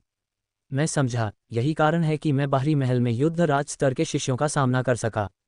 तो भीतरी महल में प्रवेश करने के लिए भीतरी महल की परीक्षा देनी पड़ती है। आर्यन को अचानक समझ आया, लेकिन फिर एक सवाल आया और उसने पूछा, लेकिन क्या होगा अगर आप भीतरी महल की परीक्षा पास नहीं करते हैं? यदि आप परीक्षा पास नहीं करते हैं तो आप स्वाभाविक रूप से भीतरी महल में प्रवेश नहीं कर सकते हैं। बेशक अपवाद भी हैं। कुछ शिष्य जिनकी वास्तव में अच्छी प्रतिभा और वास्तव में मजबूत ताकत है, उन्हें भीतरी महल की परीक्षा पास न करने पर भी भीतरी महल में विशेष रूप से भर्ती किया जाएगा। हालांकि उन्हें परीक्षा के माध्यम से भीतरी महल में प्रवेश करने वाले शिष्यों जितने संसाधन नहीं मिलेंगे। लीड बोर्ड पर शीर्ष 100 जैसे लोग जैसे आर्यन भाई 100% गारंटी है कि उन्हें भीतरी महल में विशेष रूप से भर्ती किया जाएगा, और आर्यन भाई की प्रतिभा के साथ भीतरी महल निश्चित रूप से आप पर कोई संसाधन प्रतिबंध नहीं लगाएगा और निश्चित रूप से आपको खेती करने के लिए सर्वोत्तम संसाधनों का उपयोग करेगा। श्रेया ने मुस्कुराते हुए आर्यन को समझाया। मैं समझा, आर्यन ने सिर हिलाया। अगर श्रेया यहाँ नहीं होती तो वह वास्तव में इतने सारे विवरण नहीं समझ पाता। पश्चिम क्षेत्र बस बहुत जटिल था। इस समय श्रेया ने आग्रह किया, ठीक है, बहुत बातें हो गईं। आर्यन भाई, जल्दी करो और पैनल को देखो कि तुम्हें कितनी रेटिंग मिली है। हम उसी का इंतजार कर रहे हैं। ये सही है आर्यन भाई, मुझे बहुत जिज्ञासा है कि आपको कितने अंक मिले। जल्दी से देखिए और हमें बताएं, नीलेश ने भी कहा। वास्तव में आपको ये जानने के लिए देखने की भी ज़रूरत नहीं है कि आर्यन भाई की रेटिंग बहुत अधिक होनी चाहिए और उनकी रैंकिंग बहुत अधिक होनी चाहिए। शायद वह एक ही बार में बाहरी महल में पहले स्थान पर भी आ सकते हैं, श्रद्धा ने कहा। आर्यन पर उनका बहुत भरोसा था। वैदेही और मुक्ति ने भी देखा, उनकी आंखें जिज्ञासा से भरी थीं। जाहिर है वे भी जानना चाहती थीं कि आर्यन ने किस तरह के परिणाम हासिल किए थे। आखिरकार जब आर्यन अभी प्रतिस्पर्धा करने गया था तो उसे प्रतिस्पर्धा करने के लिए दूसरी जगह पर टेलीपोर्ट कर दिया गया था और वे आर्यन की प्रतियोगिता के बारे में कुछ नहीं जानते थे। ठीक है, सभी को इतना उत्सुक देखकर आर्यन ने सिर हिलाया और ऊर्जा कवच के अंदर प्रकाश स्क्रीन की ओर देखा। नाम अस्थायी संख्या 59416, स्तर अज्ञात, जीत 5, हार 0, रेटिंग 15659 अंक, अस्थायी स्कोर रैंक 2, स्थिति मैच 5। चूंकि स्तर और ताकत का पता नहीं लगाया जा सका, इसलिए रेटिंग अभी भी एक अस्थायी स्कोर है और स्थिति मैच अनंत के रूप में चिन्हित है। जब तक कि स्तर और ताकत का निर्धारण नहीं हो जाता तब स्थिति मैच समाप्त हो जाएंगे। ... प्रकाश स्क्रीन पर जानकारी पढ़ने के बाद आर्यन की पहली प्रतिक्रिया आश्चर्य थी। केवल 5 मैचों के बाद वह वास्तव में बाहरी महल के लीड बोर्ड पर दूसरे स्थान पर आ गया, जिसने 15,659 का स्कोर अर्जित किया। अगर आर्यन को ठीक से याद था तो लीड बोर्ड पर पहले स्थान पर रहने वाले शिष्य का स्कोर 15,660 था। क्या इसका मतलब यह नहीं होगा कि अगर उसका स्कोर सिर्फ 2 अंक अधिक होता तो वह पहले स्थान को बदल सकता था? तो उसे सिर्फ एक और मैच लड़ना था। फिर आखिरी पंक्ति को देखकर आर्यन और भी हैरान हुआ। इतना सब करने के बाद 5 रेटिंग स्थिति मैचों के बाद उसने जो अंतिम स्कोर प्राप्त किया वह अभी भी एक अस्थायी स्कोर था। स्तर और ताकत निर्धारित नहीं। लेकिन इसके बारे में सोचने के बाद आर्यन ने सोचा कि यह समझ में आता है। उसने अभी अभी 5 मैच लड़े थे, लेकिन उन 5 मैचों में आखिरी मैच में निराकार ईश्वरीय छाया कदम का उपयोग करने के अलावा उसने और कुछ भी उपयोग नहीं किया था। उसने बस अपनी मुट्ठी और पैरों के काम पर भरोसा करके 5 बाहरी महल के शिष्यों को हराया था। उसने ज़्यादा ताकत का इस्तेमाल नहीं किया, तो 8 महलों के मृग युद्ध कक्ष द्वारा उसकी ताकत का पता कैसे लगाया जा सकता था? तो यह अजीब नहीं था कि उसकी ताकत और स्तर का निर्धारण नहीं किया जा सका। ये कैसा है? ये कैसा है? आर्यन को प्रकाश स्क्रीन को देखकर चकराया हुआ देखकर श्रेया उत्सुक और घबराए हुए दोनों थी, जैसे कि वह आर्यन के बजाय अपने ही परिणामों का इंतजार कर रही हो। 15,659 अंक, दूसरा स्थान। प्रकाश स्क्रीन कहती है कि मेरा स्तर निर्धारित नहीं किया गया है, इसलिए यह अभी भी एक अस्थायी स्कोर है और उन्होंने मेरे स्थिति मैचों को अनंत तक बढ़ा दिया है, ये कहते हुए कि यह मेरे स्तर निर्धारित होने के बाद समाप्त हो जाएगा। आर्यन ने श्रेया को बताया जो उसने देखा उसका वर्णन करते हुए। उन्होंने वास्तव में आपका स्तर निर्धारित नहीं किया और रेटिंग स्थिति अनंत मैच बन गई। श्रेया दंग रह गई, फिर पूछा, आर्यन भाई, क्या आपने अभी अभी युद्ध राज स्तर के बाहरी महल के शिष्यों का सामना करते समय एक भी चाल का उपयोग नहीं किया?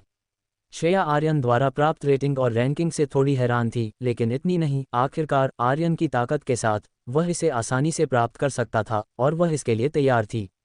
जिस बात ने उसे बहुत हैरान किया वह ये थी कि 8 महलों के मृग युद्ध कक्ष आर्यन के स्तर का पता नहीं लगा सके, जिससे आर्यन की वर्तमान रेटिंग अभी भी एक अस्थायी स्कोर थी।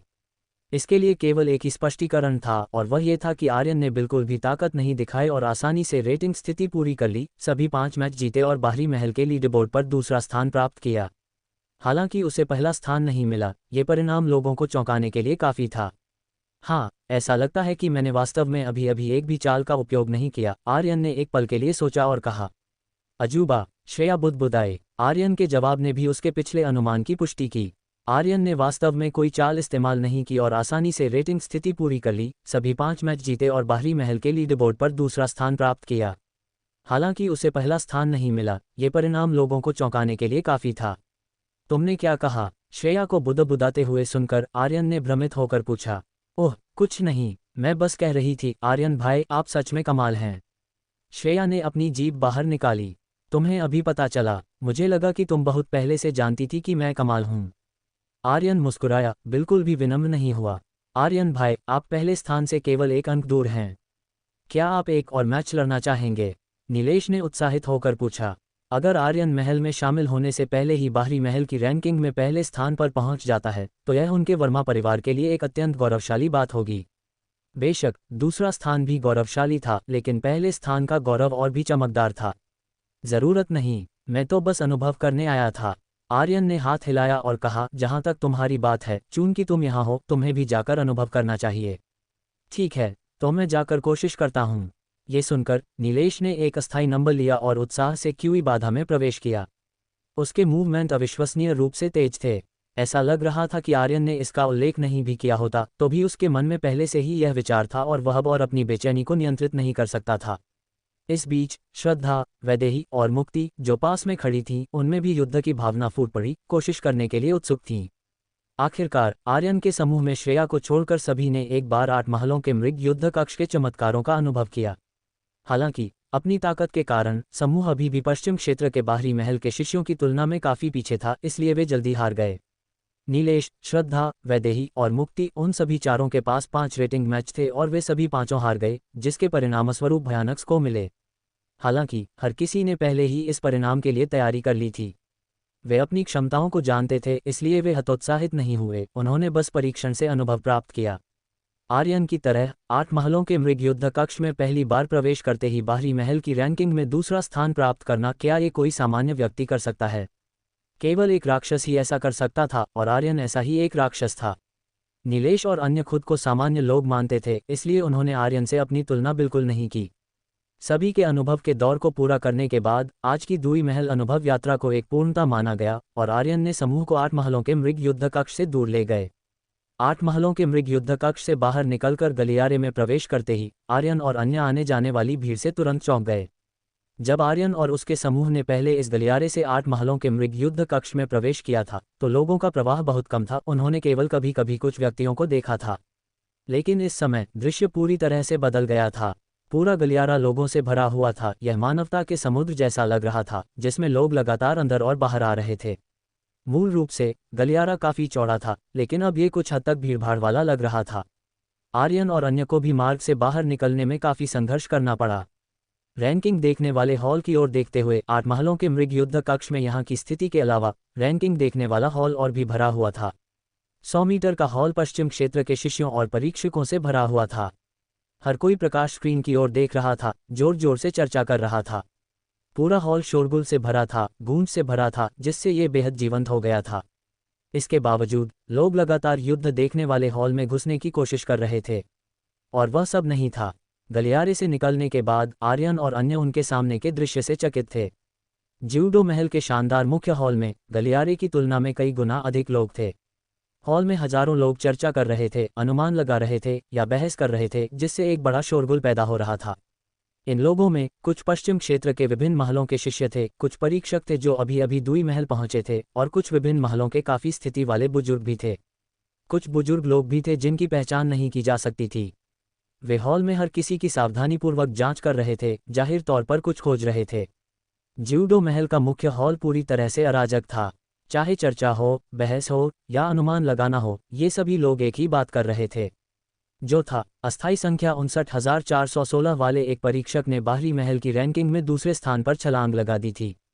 इस घटना ने एक बड़ी सनसनी पैदा कर दी और हर कोई इस पर चर्चा कर रहा था। कुछ परीक्षक 59,416 की पहचान के बारे में अनुमान लगा रहे थे, अन्य बहस कर रहे थे कि स्थायी संख्या 59,416 मजबूत था या पहले स्थान पर रहने वाला चांदनी मजबूत था, खासकर तब जब उनके स्कोर में वर्तमान में केवल एक अंक का अंतर था। और भी अधिक लोग भीड़ में परीक्षक 59,416 की आकृति को फ्रैंटिकली खोज रहे थे, घबराए हुए अभिनय कर रहे थे। आर्यन भाई, ऐसा लगता है कि आपने वास्तव में काफ़ी हलचल मचा दी है। ये दृश्य देखकर श्रेया ने आर्यन के कान में फुसफुसाया, उसके चेहरे पर मुस्कान भरी थी। आर्यन ने अपनी नाक रगड़ी और कहा, जब मैंने 8 महलों के मृग युद्ध कक्ष में प्रवेश किया तो मुझे पता था कि मेरा स्कोर निश्चित रूप से ध्यान आकर्षित करेगा, लेकिन मैंने कभी नहीं सोचा था कि पश्चिम क्षेत्र की भीड़ की प्रतिक्रिया इतनी जबरदस्त होगी। मानवता का ये पैमाना पूरी तरह से मेरी कल्पना से परे है। वैसे भी वे नहीं जानते कि अस्थायी संख्या 59,416 आप हैं, तो उनकी परवाह कौन करता है। ही श्रेया हंसी, तमाशे का आनंद ले रही थी। आर्यन ने सिर हिलाया और मुस्कुराया, ये सच है। ठीक है, दूई महल में अनुभव करने के लिए बहुत कम जगहें बची हैं, है ना? हम वापस जा सकते हैं। सभी ने सिर हिलाया। जैसे ही वे भीड़ को धकेल कर जाने वाले थे, वे तुरंत बुजुर्ग फनीश से टकरा गए जो उनकी ओर आ रहे थे। तुम हो? क्या तुम पहले ही 8 महलों के मृग युद्ध कक्ष का अनुभव कर चुके हो? बुजुर्ग फनीश ने आर्यन को देखा और जबरन मुस्कुराने की कोशिश की, लेकिन उन्होंने कितनी भी कोशिश की, उनका चेहरा गंभीर ही रहा। ये स्पष्ट था कि वह इस समय अच्छे मूड में नहीं थे। अगर वह आर्यन से नहीं बल्कि किसी और से टकराए होते तो बुजुर्ग फनीश के वर्तमान मूड को देखते हुए वह शायद उन्हें स्वीकार नहीं करते और बस आगे बढ़ जाते। फिर भी वह अब आर्यन से बात करने के लिए रुके, ये दर्शाता है कि बुजुर्ग फनीश का आर्यन के प्रति कितना अनुकूल प्रभाव था। हाँ, हम अभी 8 महलों के मृग युद्ध कक्ष से बाहर आए हैं। बुजुर्ग फनीश, क्या हुआ? आपका रंग बहुत अच्छा नहीं लग रहा है। आर्यन ने जवाब में सिर हिलाया, फिर बुजुर्ग फनीश के चेहरे को देखकर उन्होंने पूछा, ये सब उस परीक्षक की वजह से है जिसने इतना बड़ा हंगामा किया। कोई अच्छे मूड में कैसे हो सकता है? बुजुर्ग फनीश ने आह भरी। वह परीक्षक? आर्यन ने भ्रमित होकर पूछा। वह परीक्षक जो अभी अभी बाहरी महल की रैंकिंग में दूसरे स्थान पर पहुंच गया है। बताओ, क्या तुम उसे जानते हो? बुजुर्ग फनीश ने पूछा, लेकिन इससे पहले कि आर्यन और अन्य जवाब दे पाते, उन्होंने सिर हिलाया और अपने सवाल को नकार दिया। वह परीक्षक ऐसा प्रतिभाशाली है, वह एक बहुत ही गर्वित अस्तित्व होना चाहिए। मुझे लगता है कि तुम उसे नहीं जानते होगे। ये सुनकर आर्यन और अन्य सभी ने अपनी हंसी को दबा लिया। उसे नहीं जानते? बेशक हम उसे जानते हैं। क्या वह आर्यन नहीं है? बेशक। आर्यन और अन्य बुजुर्ग फनीश को नहीं बताएंगे। बुजुर्ग फनीश, उस परीक्षक के बारे में क्या? वह आपको इतना परेशान क्यों कर रहा है? आर्यन ने पूछा। और क्या हो सकता है? बेशक, वह बहुत दिखावटी और बहुत अधिक प्रतिभाशाली है। अगर वह सिर्फ मजबूत होता तो 1000 के आसपास रैंकिंग ठीक होती। उस तरह से हमारे दूई महल को अभी भी उसे भर्ती करने का मौका मिल सकता था, लेकिन अब वह दूसरे स्थान पर है। ऐसे स्कोर के साथ हमारा दूई महल अन्य महलों के साथ कैसे प्रतिस्पर्धा कर सकता है? बुजुर्ग फनीश ने शिकायत की, उनके चेहरे पर बहुत दया दिखाई दे रही थी। मूल रूप से बुजुर्ग फनीश को ये शब्द आर्यन से नहीं कहने चाहिए थे। अगर उन्हें ये कहने होते तो ये दूई महल के बुजुर्गों या समान स्थिति के लोगों से होना चाहिए था, न कि आर्यन जैसे उम्मीदवार से। लेकिन किसी कारण से जब आर्यन ने पूछताछ की तो ऐसा लगा कि इसमें एक जादुई शक्ति है जिसने बुजुर्ग फनीश को स्वाभाविक रूप से आर्यन के सामने अपने विचारों को प्रकट करने दिया। तो ऐसी बात है। बुजुर्ग फनीश इस उम्मीदवार को भर्ती करने के बारे में परेशान है। आर्यन ने एक पल के आश्चर्य के बाद मुस्कुराते हुए कहा। वह बुजुर्ग फनीश को यह नहीं बताएगा कि जिस उम्मीदवार को वह भर्ती करना चाहते थे वह ठीक उनके सामने था। ये सही है, अब हमारा दूई महल। बुजुर्ग फनीश उत्साह से कुछ कहना चाहते थे, लेकिन अचानक उन्हें एहसास हुआ कि आर्यन अभी तक दूई महल का शिष्य नहीं था, बल्कि केवल एक उम्मीदवार था। वह एक पल के लिए झिझके, आर्यन को देखा और पूछा, वैसे छोटे भाई, तुम्हारा नाम क्या है? छोटा आर्यन। आर्यन ने हाथ जोड़कर अपना परिचय दिया। फिर उसने श्रेया, मुक्ति और वर्मा परिवार को देखा और एक एक करके उनका परिचय बुजुर्ग फनीश से कराया। सभी ने बुजुर्ग फनीश की ओर हाथ जोड़ा, सम्मानपूर्वक उनका अभिवादन किया और दोनों पक्ष आधिकारिक रूप से मिले। बुजुर्ग फनीश ने सिर हिलाया और पूछने से पहले झिझके, छोटे भाई आर्यन, मुझे आश्चर्य है कि क्या मैं तुमसे एक सवाल पूछ सकता हूँ? यदि तुम प्रवेश परीक्षा पास करते हो तो क्या तुम मेरे दूई महल में प्रवेश करने को तैयार हो? मैं जानता हूं कि पूछना थोड़ा अभिमानी है, लेकिन अगर मैं स्पष्ट रूप से नहीं पूछता तो कुछ चीजें हैं जो मैं वास्तव में तुम्हें नहीं बता सकता। बुजुर्ग फनीश के शब्दों को सुनकर आर्यन ने नीलेश और वर्मा परिवार के अन्य लोगों के साथ साथ मुक्ति को देखा और वापस मुड़कर कहा, मैं उनकी इच्छाओं को नहीं जानता और मैं उनके लिए निर्णय नहीं ले सकता, लेकिन मेरी इच्छा वास्तव में दूई महल में प्रवेश करना और दूई महल का शिष्य बनना है। आर्यन भाई, तुम जहां होगे मैं वहीं रहूंगा। तुम्हारा निर्णय मेरा निर्णय है। नीलेश इसलिए अगर तुम दुई महल में प्रवेश करना चाहते हो तो मैं निश्चित रूप से तुम्हारा अनुसरण करने के लिए तुम्हारे साथ दुई महल में प्रवेश करूंगा, नीलेश ने आर्यन के शब्दों को सुनने के तुरंत बाद कहा। आर्यन भाई, तुम हमारे लिए निर्णय क्यों नहीं ले सकते? जब हम वर्मा परिवार से निकले थे तो मुखिया ने हमें तुम्हारे आदेशों को सुनने के लिए कहा था आर्यन भाई, इसलिए हम तुम्हारे द्वारा लिए गए किसी भी निर्णय का पालन करेंगे। इसके अलावा हम तुम्हें अब नहीं छोड़ सकते आर्यन भाई, श्रद्धा ने भी अपनी बड़ी पानीदार आंखों से कहा। आर्यन भाई, विनम्र होने की जरूरत नहीं है। जैसा कि नीलेश ने कहा, तुम जहां होगे हम वहीं होंगे। इसलिए आर्यन भाई, तुम निर्णय ले सकते हो और हमें कोई आपत्ति नहीं है, वैदेही ने गंभीरता से कहा। आर्यन के बोलने के बाद वर्मा परिवार के लोग एक दूसरे से अपनी राय व्यक्त करने के लिए प्रतिस्पर्धा कर रहे थे। और मुक्ति के बारे में क्या? वह इस समय आर्यन की सेविका है। क्या उसके पास कोई विकल्प है? नहीं, बेशक आर्यन जहां होगा वह वहीं होगी, आखिरकार उसे अभी भी आर्यन की सेवा करनी है। इसलिए मुक्ति ने अपना सिर नीचे किया और थोड़ी देर सोचा, फिर कहा, तुम किस महल में शामिल होते हो? आर्यन, मैं उस महल में शामिल हो जाऊंगी। तुम जानते हो मेरे पास कोई विकल्प नहीं है। ओह, आर्यन थोड़ा दंग रह गया। वह केवल चाहता था कि हर कोई स्वतंत्र रूप से अपनी खेती की दिशा चुने। उसे उम्मीद नहीं थी कि हर कोई उसके अर्थ को गलत समझेगा और अपना दृढ़ संकल्प व्यक्त करना शुरू कर देगा। ये प्राचीन मंत्रियों के सम्राट के प्रति अपनी वफादारी व्यक्त करने जैसा है। इससे आर्यन को मनोरंजन और छूने का एहसास हुआ। दूसरी तरफ बुजुर्ग फनीश आर्यन और अन्य लोगों के शब्दों को सुनकर बहुत खुश हुए। उनका आर्यन के प्रति बहुत अच्छा प्रभाव था और उन्हें यह विनम्र और स्थिर युवक बहुत पसंद था। बेशक अगर वह दुई महल में प्रवेश करता है तो वह बहुत खुश होंगे। बेशक आर्यन के अलावा अगर अन्य लोग प्रवेश परीक्षा पास करने के बाद दुई महल में शामिल हो सकते हैं तो ये दुई महल के लिए भी एक अच्छी बात होगी। ठीक है, चूंकि तुम्हारा यह इरादा है तो ये ठीक है। बुजुर्ग फनीश ने सिर हिलाया, काफी संतुष्ट हुए और उनका भाव धीरे धीरे बहुत बेहतर हो गया। उन्होंने अपने पिछले शब्दों से आगे बढ़कर कहा, वास्तव में ईमानदार होने के लिए तुम्हें यह भी पता होना चाहिए कि हमारा दुई महल मुख्य रूप से आध्यात्मिक शक्ति की खेती करता है। तुम्हें दुई महल आने के बाद आध्यात्मिक शक्ति की भूमिका के बारे में थोड़ा सुना होगा और यह काफी शक्तिशाली है। लेकिन आध्यात्मिक शक्ति की खेती करना बहुत मुश्किल है। कुछ उत्कृष्ट शिष्य इस स्थिति के बारे में जानने के बाद वे दुई महल में शामिल नहीं होंगे और आध्यात्मिक शक्ति की खेती में बहुत समय बर्बाद करेंगे ताकि उनकी भविष्य की उपलब्धियों को प्रभावित न करें। इसलिए दुई महल की स्थिति बहुत अच्छी नहीं है और समय बीतने के साथ यह साल दर साल खराब होती जा रही है। यहाँ तक कि कुछ विद्रोही दुई महल के शिष्य महल प्रमुख से दूसरे महल में स्थानांतरित होने के लिए आवेदन करते हैं, अन्य चीजों को फिर से खेती करना चाहते हैं और अब आध्यात्मिक शक्ति की खेती नहीं करना चाहते हैं।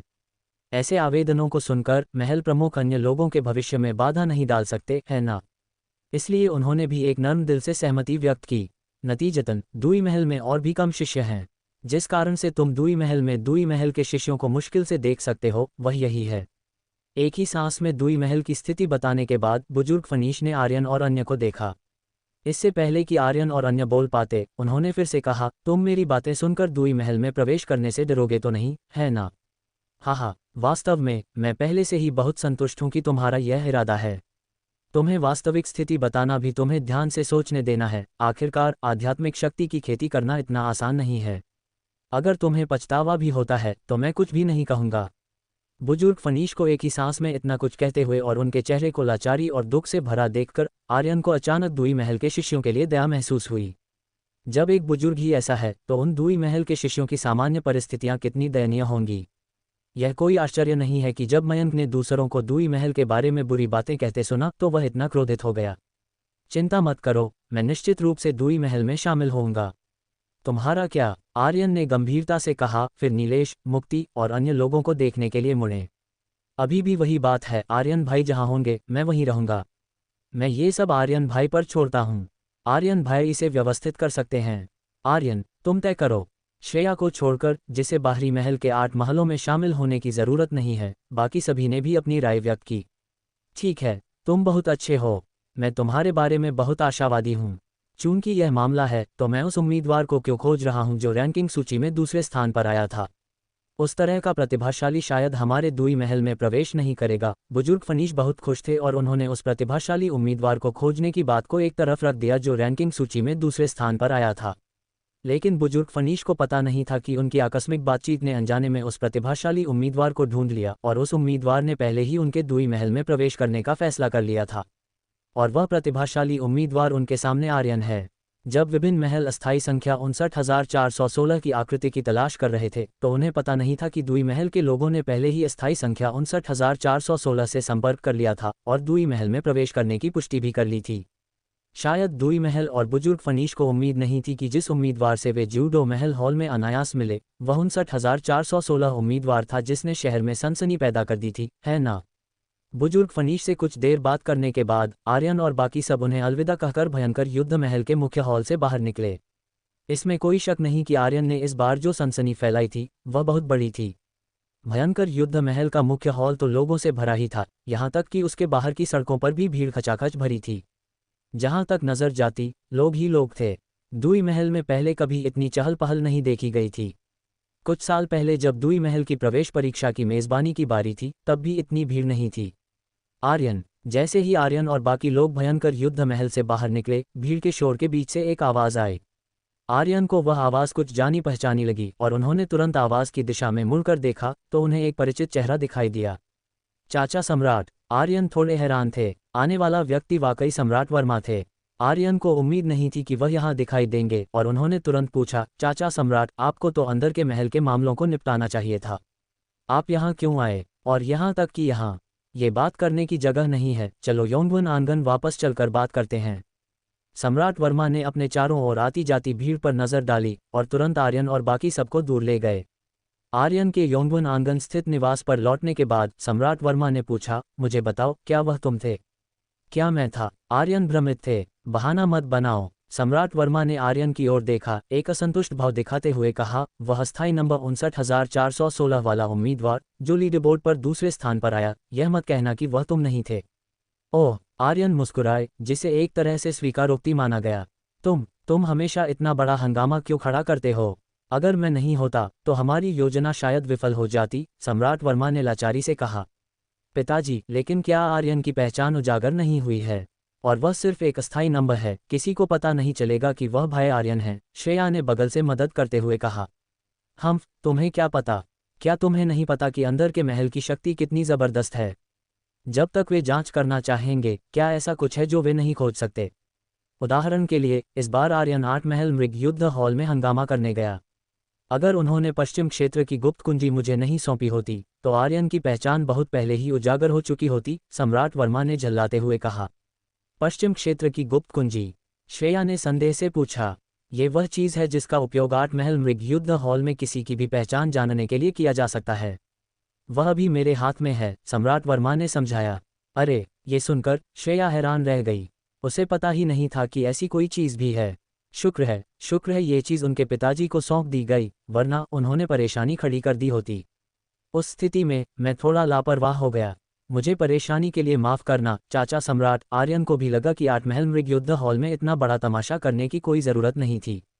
अगर वह अनुभव करना चाहते थे तो बस यूं ही खेल लेना ठीक रहता। अब वह अचानक लीडरबोर्ड पर दूसरे स्थान पर आ गए हैं, तूफान के अग्रभाग पर हैं, सबका ध्यान खींच रहे हैं, जो वास्तव में कोई अच्छी बात नहीं है। ठीक है, वास्तव में कुछ नहीं हुआ। वैसे भी अभी तक किसी को तुम्हारे बारे में पता नहीं चला है और वह चीज़ मेरे हाथ में है, कोई भी तुम्हारी पहचान नहीं जान पाएगा। बस इन कुछ दिनों तक शांति से आंगन में रहो और प्रवेश परीक्षा शुरू होने का इंतजार करो। सम्राट वर्मा ने हाथ हिलाया, वह वास्तव में गुस्सा नहीं थे और किसी पर दोष नहीं डालना चाहते थे। आखिरकार क्या करना है यह आर्यन का काम है, उन्हें दखल देने का कोई अधिकार नहीं है। बस इतना है कि जब से आर्यन ने बुजुर्ग लोकेश से वादा किया है और उत्तरी क्षेत्र के उम्मीदवारों के प्रवेश का महत्वपूर्ण कार्य संभाला है, उन्हें सतर्क रहना चाहिए।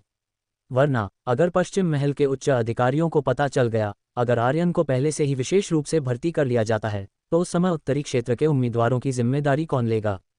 आर्यन ने जिन बातों का वादा किया है उनका क्या होगा? क्या ये दूसरों के साथ विश्वासघात नहीं है? सम्राट वर्मा उत्तरी क्षेत्र के उम्मीदवारों के लिए और उससे भी ज्यादा आर्यन के लिए सोच रहे थे। एक आदमी का वचन उसका बंधन होता है और भरोसेमंद होना भी एक महान व्यक्ति बनने के लिए एक आवश्यक शर्त है। अगर किसी का चरित्र अच्छा है तो वह भविष्य में एक शक्तिशाली व्यक्ति बन सकता है। अगर किसी का चरित्र अच्छा नहीं है तो भले ही वह शक्तिशाली हो, वह भविष्य में एक दानव बन जाएगा। आर्यन के प्रति सम्राट वर्मा की नज़रें और भी ज्यादा स्नेहपूर्ण हो गईं। अगर श्रेया सचमुच आर्यन से शादी कर पाती तो सम्राट वर्मा अपने सपनों में भी हंसते। ठीक है, जो कहना था वह कह दिया गया है, मुझे वापस जाकर रिपोर्ट करनी चाहिए। जहां तक तुम्हारी पहचान का सवाल है, मैं उसे छिपाने में मदद करूंगा। आखिरकार, मैं भी देखना चाहता हूं कि तुम्हारी प्रवेश परीक्षा पास करने के बाद उन उच्च अधिकारियों के चेहरे पर कैसी हैरानी होगी। हा हा हा हा, सम्राट वर्मा मुस्कुराते हुए बोले। बोलने के बाद उन्होंने श्रेया की ओर देखा और कहा, श्रेया, तुम्हें भी पिताजी के साथ वापस जाना चाहिए। अब अपने भाई आर्यन को और परेशान मत करो। ओह, श्रेया ने सिर हिलाया। हालांकि वह थोड़ी अनिच्छुक थी और आर्यन के पास ज्यादा देर रहना चाहती थी। आखिरकार, वह बाहरी महल की शिष्या नहीं है, यहाँ रुकना थोड़ा अनुचित है। तो मैं चाचा सम्राट और श्रेया को नहीं रोकूंगा। चाचा सम्राट, धीरे चलें। श्रेया, धीरे चलो, आर्यन ने शिष्टाचार से विदा लेते हुए कहा। वर्मा परिवार और मुक्ति ने भी सम्राट वर्मा और श्रेया को अलविदा कहा और सबने हाल चाल पूछा। उसके बाद सबकी निगाहों के बीच सम्राट वर्मा श्रेया के साथ यौनवन आंगन से चले गए। तुम लोग भी वापस जाओ। इन कुछ दिनों में मैंने तुम्हें जो तकनीकें दी हैं उनका ठीक से अभ्यास करो। कहीं मत जाना। प्रवेश परीक्षा के दिन मैं जांच करूंगा कि तुमने प्रगति की है या नहीं। सम्राट वर्मा और श्रेया के चले जाने के बाद आर्यन मुड़ा और वर्मा परिवार के तीनों सदस्यों से कहा, भाई आर्यन, चिंता मत करो, मैं इन कुछ दिनों में कहीं नहीं जाऊंगा। मैं निश्चित रूप से ठीक से अभ्यास करूंगा। नीलेश ने अपनी छाती पर थपथपाकर जवाब दिया। श्रद्धा भी मेहनत से अभ्यास करेगी। श्रद्धा ने अपनी छोटी मुट्ठी उठाकर प्यारी सी अदा से कहा, मैं भाई आर्यन को निराश नहीं करूंगा, वैदेही ने गंभीरता से कहा। उसके बाद वर्मा परिवार के तीनों सदस्य भी आर्यन के कमरे से निकल गए और आर्यन के कमरे में केवल मुक्ति अकेली रह गई। मैं भी वापस जा रही हूँ। ये देखकर कि पूरे कमरे में केवल वह और आर्यन है, मुक्ति थोड़ी शर्मिंदा हुई और फिर उसने मुंह खोला और खिसक जाना चाहा। लेकिन आर्यन उसके सामने खड़े हो गए, उसे जाने नहीं दिया। क्या हुआ? मुक्ति ने धीरे से कहा। क्या तुम भूल गई कि तुम्हारी पहचान क्या है? आर्यन ने असंतुष्टि से कहा। मैं तुम्हारी सेविका हूँ, मुक्ति ने कुछ शर्मिंदगी के साथ कहा। बोलने के बाद उसका चेहरा अचानक लाल हो गया। उसे अपने दिल में थोड़ी निराशा और कुछ अनजानी भावनाएं महसूस हुईं। यह अच्छा है कि तुम्हें याद है, आर्यन ने संतुष्टि में सिर हिलाया और फिर दबंगई से कहा, ठीक है मेरी सेविका, अब जाकर मेरे लिए खाना बनाओ, मुझे भूख लगी है। खाना बनाना? मुक्ति थोड़ी हैरान रह गई। उसे खाना बनाना बिल्कुल भी नहीं आता था और उसने बचपन से कभी खाना नहीं बनाया था। आमतौर पर नौकर चाकर यह काम करते थे। वह एक अमीर परिवार की युवा मालकिन थी। आर्यन ने वास्तव में उसे खाना बनाने के लिए कहा, और जिस बात ने मुक्ति को सबसे ज्यादा हैरान किया वह ये थी कि आर्यन वास्तव में उसे इस्तेमाल किए जाने वाले एक नौकर की तरह ही मानते थे। बेशक, जिन दासियों और नौकरों को यहाँ सौंपा गया था उन्हें मैंने पहले ही बाहर निकाल दिया है। तुम मेरी इकलौती सेविका हो। अगर तुम मेरे लिए खाना नहीं बनाओगी तो कौन बनाएगा? आर्यन आरामदायक कुर्सी पर बैठ गए, अपने पैर क्रॉस किए और स्वाभाविक रूप से कहा, आर्यन, मैं नहीं करूंगी। जिसे करना है वह कर ले। मुक्ति ने अपने सीने के सामने अपनी बाहें मोड़ लीं और जिद्दीपन से कहा। पहले आर्यन ने सभी सुंदर दासियों और नौकरों को बाहर निकाल दिया था और मुक्ति पहले तो बहुत खुश थी। उसने गुप्त रूप से सोचा कि आर्यन एक नेक इंसान है और सुंदरता में लिप्त नहीं होंगे। लेकिन अब जब उसने इसके बारे में सोचा तो उसे एहसास हुआ कि ऐसा नहीं था। उन्होंने उन दासियों और नौकरों को इसलिए बाहर निकाला ताकि वह उनके लिए खाना बना सके। उन दासियों को रखना ज्यादा अच्छा होता। आर्यन ने असंतुष्टि से मुक्ति की ओर देखा और फिर पुराने अंदाज में कहा, क्या तुम्हें अपने मालिक के आदेशों की अवहेलना करने के परिणामों के बारे में याद है? परिणाम? ये सुनकर मुक्ति को तुरंत वह दृश्य याद आया जब आर्यन ने शून्य युद्धपोत पर उसकी पिटाई की थी। उस समय वह शर्मिंदा और गुस्से में थी और उसकी आंखों में आंसू भी आ गए थे। इसके अलावा इतने सारे लोगों के सामने आंसू आना उसके लिए अपनी सारी इज्जत खोना था। ये बस अत्यधिक शर्मनाक था। अगर उसे फिर से आदेशों की अवहेलना करने के लिए आर्यन से मार खानी पड़ी तो मुक्ति मरना ज्यादा पसंद करेगी। ये सोचते हुए मुक्ति को अपनी अभिव्यक्ति को ढीला करने के अलावा कोई चारा नहीं था और उसने लाचारी से कहा, लेकिन आर्यन, मुझे खाना बनाना बिल्कुल नहीं आता। मैं कैसे करूं? अगर तुमने नहीं किया है तो सीखो। अगर तुम खाना भी नहीं बना सकती तो भविष्य में मेरी सेवा कैसे करोगी? यह एक सेविका के लिए एक आवश्यक कौशल है, आर्यन ने दृढ़ता से कहा। उन्होंने मुक्ति से खाना बनवाने का फैसला कर लिया था। ठीक है, तो मैं करूंगी। आर्यन को इतना दृढ़ और दबंग देखकर मुक्ति के पास जवाब देने के अलावा कोई चारा नहीं था और फिर वह आर्यन के लिए खाना बनाने के लिए मुड़ी। मुक्ति की लाचार पीठ को देखते हुए आर्यन मुस्कुराए, एक खुश मुस्कान दिखाते हुए। सही कहा, उन्होंने जानबूझकर ऐसा किया। उन्होंने ऐसा इसलिए नहीं किया ताकि मुक्ति को सजा दी जा सके, नहीं वह वास्तव में चाहते थे कि मुक्ति उनकी सेविका बने, बल्कि सिर्फ उसे चिढ़ाने के लिए। आर्यन वास्तव में इस लड़की को पसंद करने लगे थे जो छोटे छोटे गर्व से भरी थी लेकिन नादान और प्यारी थी। उसके वर्मा परिवार से शादी का प्रस्ताव पूछने के साहस से उसने आदेशों की अवहेलना करने पर जो कमजोरी दिखाए, दिव्य इच्छा भवन में उसने उनकी कितनी परवाह की। आर्यन का इस लड़की के प्रति राय धीरे धीरे बदल गया था।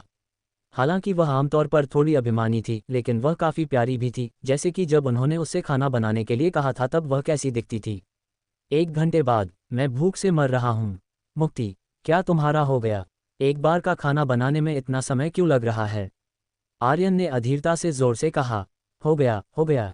मैं बस नौकरों से पूछने गई थी कि खाना कैसे बनाते हैं, इसलिए थोड़ा समय लगा। अब हो गया है। मुक्ति ने मेज पर 3 सब्जियां और एक सूप रखा और संतुष्टि में तालियां बजाईं। जब उससे पहले खाना बनाने के लिए कहा गया था तो वह अनिच्छुक थी, लेकिन अब जब उसने कर लिया था तो उसे काफ़ी उपलब्धि महसूस हुई। हो गया। तुमने क्या बनाया है? क्या चावल पक गए हैं? आर्यन ने पूछा। मैंने 3 सब्जियां और एक सूप बनाया है, अर्थात प्याज के साथ पनीर, आग भेड़िया के अंडे के साथ टमाटर की भुर्जी और जंगली सुअर के मांस के साथ आलू की भुजिया। सूप आग भेड़िया के अंडे का सूप है और चावल भी पक गए हैं, मुक्ति ने गर्व से जवाब दिया। ओह, सुनने में बुरा नहीं लग रहा। तुमने नौकरों से तो नहीं करवाया और फिर झूठ बोला कि तुमने खुद किया है। ये सुनकर आर्यन थोड़ा हैरान थे। उन्हें उम्मीद नहीं थी कि मुक्ति पहली बार खाना बनाते हुए 3 सब्जियां और एक सूप बना देगी, जिससे उन्हें थोड़ा संदेह हुआ। बिल्कुल नहीं, मैं भगवान की कसम खाती हूँ, चावल और हर सब्जी मैंने खुद बनाई है। मुक्ति ने गंभीरता से कहा। ठीक है, मैं देखता हूँ। आर्यन ने कहा, आलस्य से आरामदायक कुर्सी से उठे और फिर डाइनिंग टेबल की ओर बढ़े। अगर वह डाइनिंग टेबल पर मुक्ति द्वारा बनाई गई सब्जियां देखने नहीं आए होते तो आर्यन को सचमुच शक होता कि मुक्ति ने खाना बनाने में मदद के लिए किसी को रखा है। अब जब वह डाइनिंग टेबल पर आ गए थे तो ये संदेह दूर हो गया। मेज पर रखी 3 सब्जियां और एक सूप निश्चित रूप से मुक्ति ने ही बनाया होगा। क्योंकि धिक्कार है, क्या इसे सब्जी कहते हैं? प्याज के साथ पनीर बस पनीर का एक टुकड़ा था जिसे पैन में तला गया था और फिर उस पर कुछ प्याज छिड़के गए थे। पनीर के कुछ हिस्से तो जल भी गए थे। आर्यन ने उसे चखा। अरे बाप रे, नमक भी नहीं डाला गया था। और दूसरी सब्जी, आग भेड़िया के अंडे के साथ टमाटर की भुर्जी। मुक्ति ने टमाटर को काटा भी नहीं था, उसने उन्हें पूरा ही डाल दिया था, जिससे सारा अंडे का पीला और सफ़ेद भाग टमाटर के चारों ओर लिप गया था।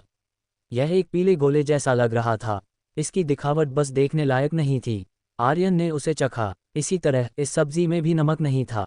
तीसरी सब्जी, जंगली सुअर के मांस के साथ आलू की भुजिया। ठीक है, आर्यन को समझ नहीं आया कि मुक्ति ने ये कैसे किया। आलू को मुक्ति ने बड़े बड़े टुकड़ों में काटा था, आयताकार, और जंगली सुअर के मांस को भी बड़े बड़े टुकड़ों में काटा गया था, आयताकार। 2 अलग अलग चीज़ें काफ़ी समान रूप से वितरित थीं। बाएं तरफ आलू का एक टुकड़ा, दाएं तरफ जंगली सुअर के मांस का एक टुकड़ा, बाएं तरफ आलू का एक टुकड़ा, दाएं तरफ जंगली सुअर के मांस का एक टुकड़ा, बाएं तरफ। दाएं तरफ। आर्यन ने आलू का एक टुकड़ा उठाया और चखा। वह लगभग उल्टी करने वाले थे। धिक्कार है, कोई आश्चर्य नहीं कि पिछली 2 सब्जियों में नमक नहीं था। पता चला कि सारा नमक आलू में डाल दिया गया था। और आखिरी सूप का क्या? आग भेड़िया के अंडे का सूप। नाम बहुत अच्छा है, लेकिन 2 प्याज, 3 आग भेड़िया के अंडे। आग भेड़िया के अंडे को मिलाया भी नहीं गया था और अंडे के छिलके भी सूप में फेंक दिए गए थे, और इस बार न केवल नमक नहीं था, तेल भी नहीं था। धिक्कार है, क्या तुम इसे आग भेड़िया के अंडे का सूप कहने की हिम्मत करती हो? इन 3 सब्जियों और एक सूप को देखने के बाद आर्यन अवाक रह गए और फिर मुक्ति द्वारा पकाए गए चावल को देखने के लिए मुड़े। अगर मैं सब्जियां नहीं खा सकता तो कम से कम चावल तो खा सकता हूं, है ना? लेकिन जब उन्होंने चावल के कुकर का ढक्कन खोला, ये काली चीज़ों का बर्तन क्या है?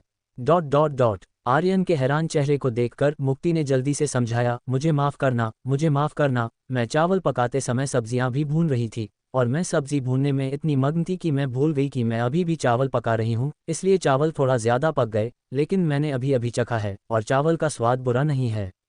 Dot dot dot. क्या ये सिर्फ थोड़ा ज़्यादा पके हैं? ये तो पूरी तरह से जल गए हैं। क्या तुम इसे ऐसे ही खा सकती हो? स्वाद बुरा नहीं है। आर्यन बहुत अवाक थे, लेकिन अंत में आर्यन और मुक्ति डाइनिंग टेबल पर बैठ गए और ये दुखद भोजन किया। अगर वे नहीं खाते तो क्या करते? सभी नौकरों को बाहर निकाल दिया गया था, इसलिए वे भूखे तो नहीं रह सकते थे, है ना? इसके अलावा यह मुक्ति का पहला बार खाना बनाना था और हर किसी का पहला बार होता है। बस गुजारा कर लो। रात के खाने के बाद कैसा लगा, आर्यन? क्या मैंने जो खाना बनाया वह बुरा नहीं था? मुक्ति ने घबराहट से पूछा।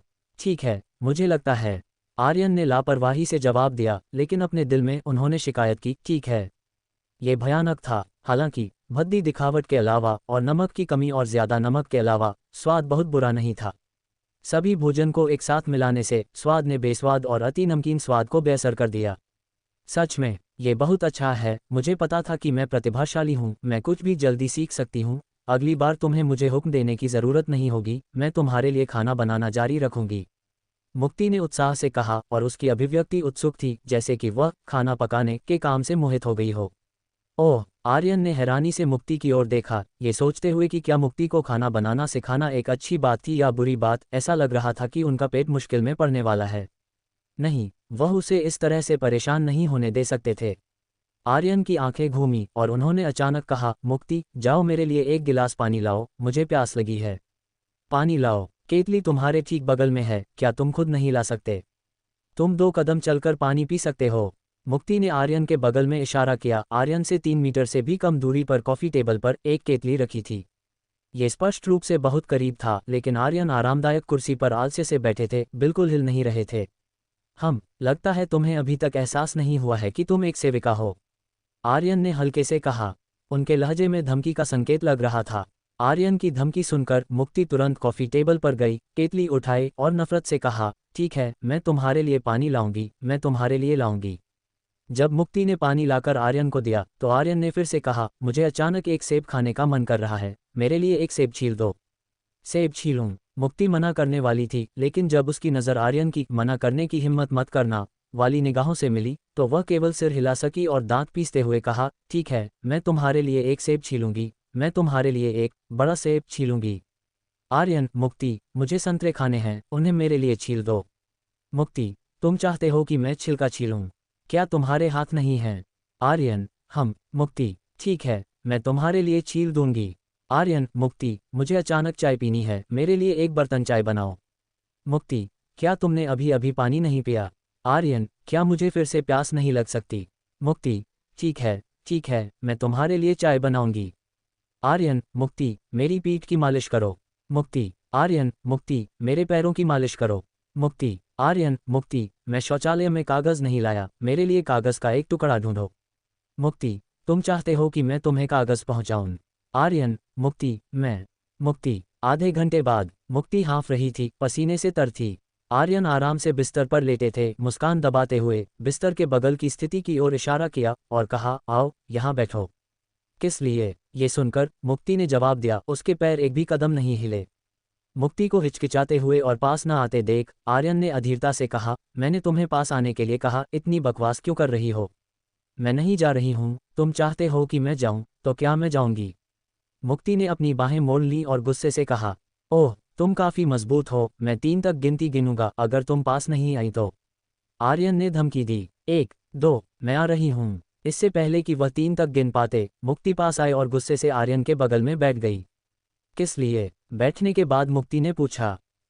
यह क्या है? जैसे ही मुक्ति यह सोच रही थी कि आर्यन ने उसे किस लिए बुलाया है, आर्यन ने अचानक उसका हाथ पकड़ लिया। इससे पहले कि मुक्ति चीख भी पाती, उसने अपने हाथ में एक ठंडी सनसनी महसूस की, जैसे कि उसे कुछ सौंपा गया हो। उसने नीचे देखा और महसूस किया कि यह एक अभ्यास तकनीक पुस्तिका थी। अब जब तुम मेरी सेविका हो, तो तुम्हारी अभ्यास तकनीक ज़्यादा खराब नहीं हो सकती। यह एक पृथ्वी ग्रेड निम्न रैंक की तकनीक है, स्वर्गीय सिकाडा बैंगनी बादल कला। ये तुम्हारे मुकुंद परिवार की तकनीक से कहीं बेहतर है। इसे लो और इसका अभ्यास करो, आर्यन ने उदारता से कहा। एक पल के लिए वह इसलिए नहीं बोले थे क्योंकि आर्यन शांत हो गए थे और मुक्ति के लिए पृथ्वी ग्रेड अभ्यास तकनीक का आदान प्रदान करने के लिए दिव्य युद्धदेव सिस्टम में प्रवेश किया था। उसके सामने स्वर्गीय सिकाडा बैंगनी बादल कला बस सिस्टम स्टोर से बदली गई थी। पृथ्वी ग्रेड निम्न रैंक अभ्यास तकनीक मेरे लिए। मुक्ति ने आखिरकार अपना सिर घुमाया और आर्यन को खाली नज़र से देखा। हाँ, क्या तुम भावुक हो गई हो? वास्तव में तुम्हें ज्यादा भावुक होने की जरूरत नहीं है।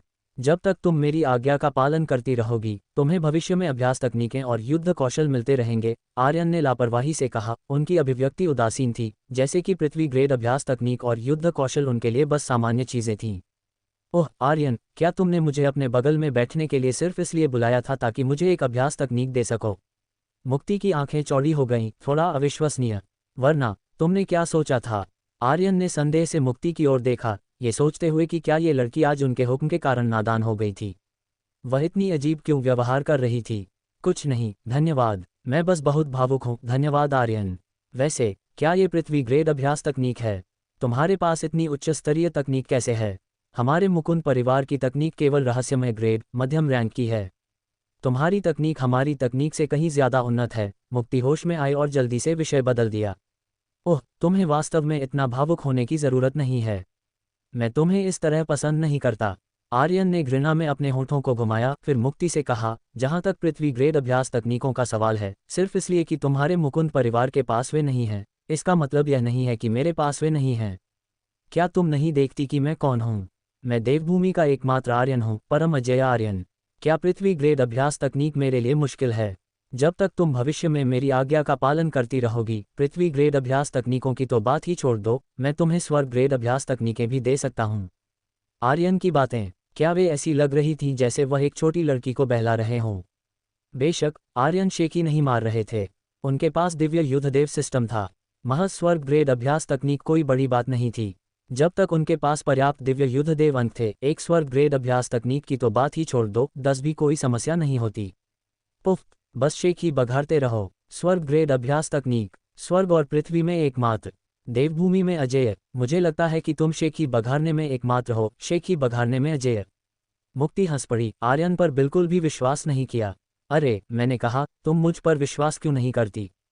जब आर्यन ने सच नहीं कहा, तो लोगों ने उन पर गहरा विश्वास किया। अब जब वह सच कह रहे थे, तो लोगों ने उन पर विश्वास नहीं किया, जिससे आर्यन बहुत लाचार थे। ठीक है, ठीक है, मैं तुम पर विश्वास करती हूँ, मैं तुम पर विश्वास करती हूँ। वैसे भी, इस पृथ्वी ग्रेड अभ्यास तकनीक के लिए धन्यवाद, मेरे मालिक आर्यन, मुक्ति ने एक खुश मुस्कान के साथ कहा। क्या ये थोड़ा टालमटोल जैसा नहीं लग रहा? ये सुनकर आर्यन बुदबुदाए, फिर मुक्ति की ओर देखने के लिए मुड़े, कुछ कहना चाहते थे। लेकिन अगर वह नहीं देखते तो बेहतर होता। जैसे ही उन्होंने देखा, वह दंग रह गए। मुक्ति मुस्कुराते हुए कितनी सुंदर लग रही थी। वे दोनों बिस्तर पर बैठे थे, केवल एक शरीर की चौड़ाई जितनी दूरी पर, आधे मीटर से भी कम। उनके चेहरे इतने करीब थे कि वे सब कुछ साफ साफ देख सकते थे। कुछ लोग कहते हैं कि आप केवल पास से देखकर ही जान सकते हैं कि एक महिला सुंदर है या नहीं। आर्यन को आखिरकार इस वाक्य का सच समझ में आया। मुक्ति इतनी अच्छी कैसे दिख सकती थी? जब आर्यन ने मुक्ति को पहले देखा था, तो उन्होंने सोचा था कि हालांकि मुक्ति बहुत अलौकिक दिखती थी और उसके नाजुक नैन नक्श थे, लेकिन वह सुंदरता के मामले में आरवी से अभी भी थोड़ी कम थी। लेकिन अब, उसे पास से देखकर, उन्हें एहसास हुआ कि मुक्ति भी बेहद सुंदर थी। भले ही वह आरवी जितनी अच्छी न हो, वह निश्चित रूप से उतनी ज्यादा बुरी नहीं थी। ज्यादा से ज्यादा बस एक रत्ती भर का अंतर था। उसे भी शीर्ष स्तर की सुंदरता माना जा सकता था। इस तरह की सुंदरता किसी भी पुरुष के दिल को मोह लेने के लिए काफी थी, जिसमें आर्यन का भी शामिल था। तुम क्या देख रहे हो? आर्यन की निगाहें खुद पर टिकी महसूस करते हुए मुक्ति ने अपना सिर दूसरी ओर घुमा लिया। ओह, आर्यन भी प्रतिक्रिया में आए, अजीब तरह से खांसे और कहा, देर हो रही है, आज के लिए बस इतना ही रहने दो। जल्दी वापस जाओ और आराम करो। ओह, मुक्ति ने जवाब दिया और एक रोबोट की तरह बाहर चली गई। रुको, आर्यन ने अचानक आवाज दी। ये सुनकर मुक्ति रुकी, लेकिन उसने आर्यन को देखने के लिए अपना सिर नहीं घुमाया, क्योंकि वह डरती थी। वह डरती थी कि कहीं फिर से आर्यन से आंखें न मिल जाएं। अभी मत जाओ, बस आज रात यहीं सो जाओ। तुम बिस्तर पर सो जाओ और मैं उस आरामदायक कुर्सी पर सो जाऊंगा, आर्यन ने कहा।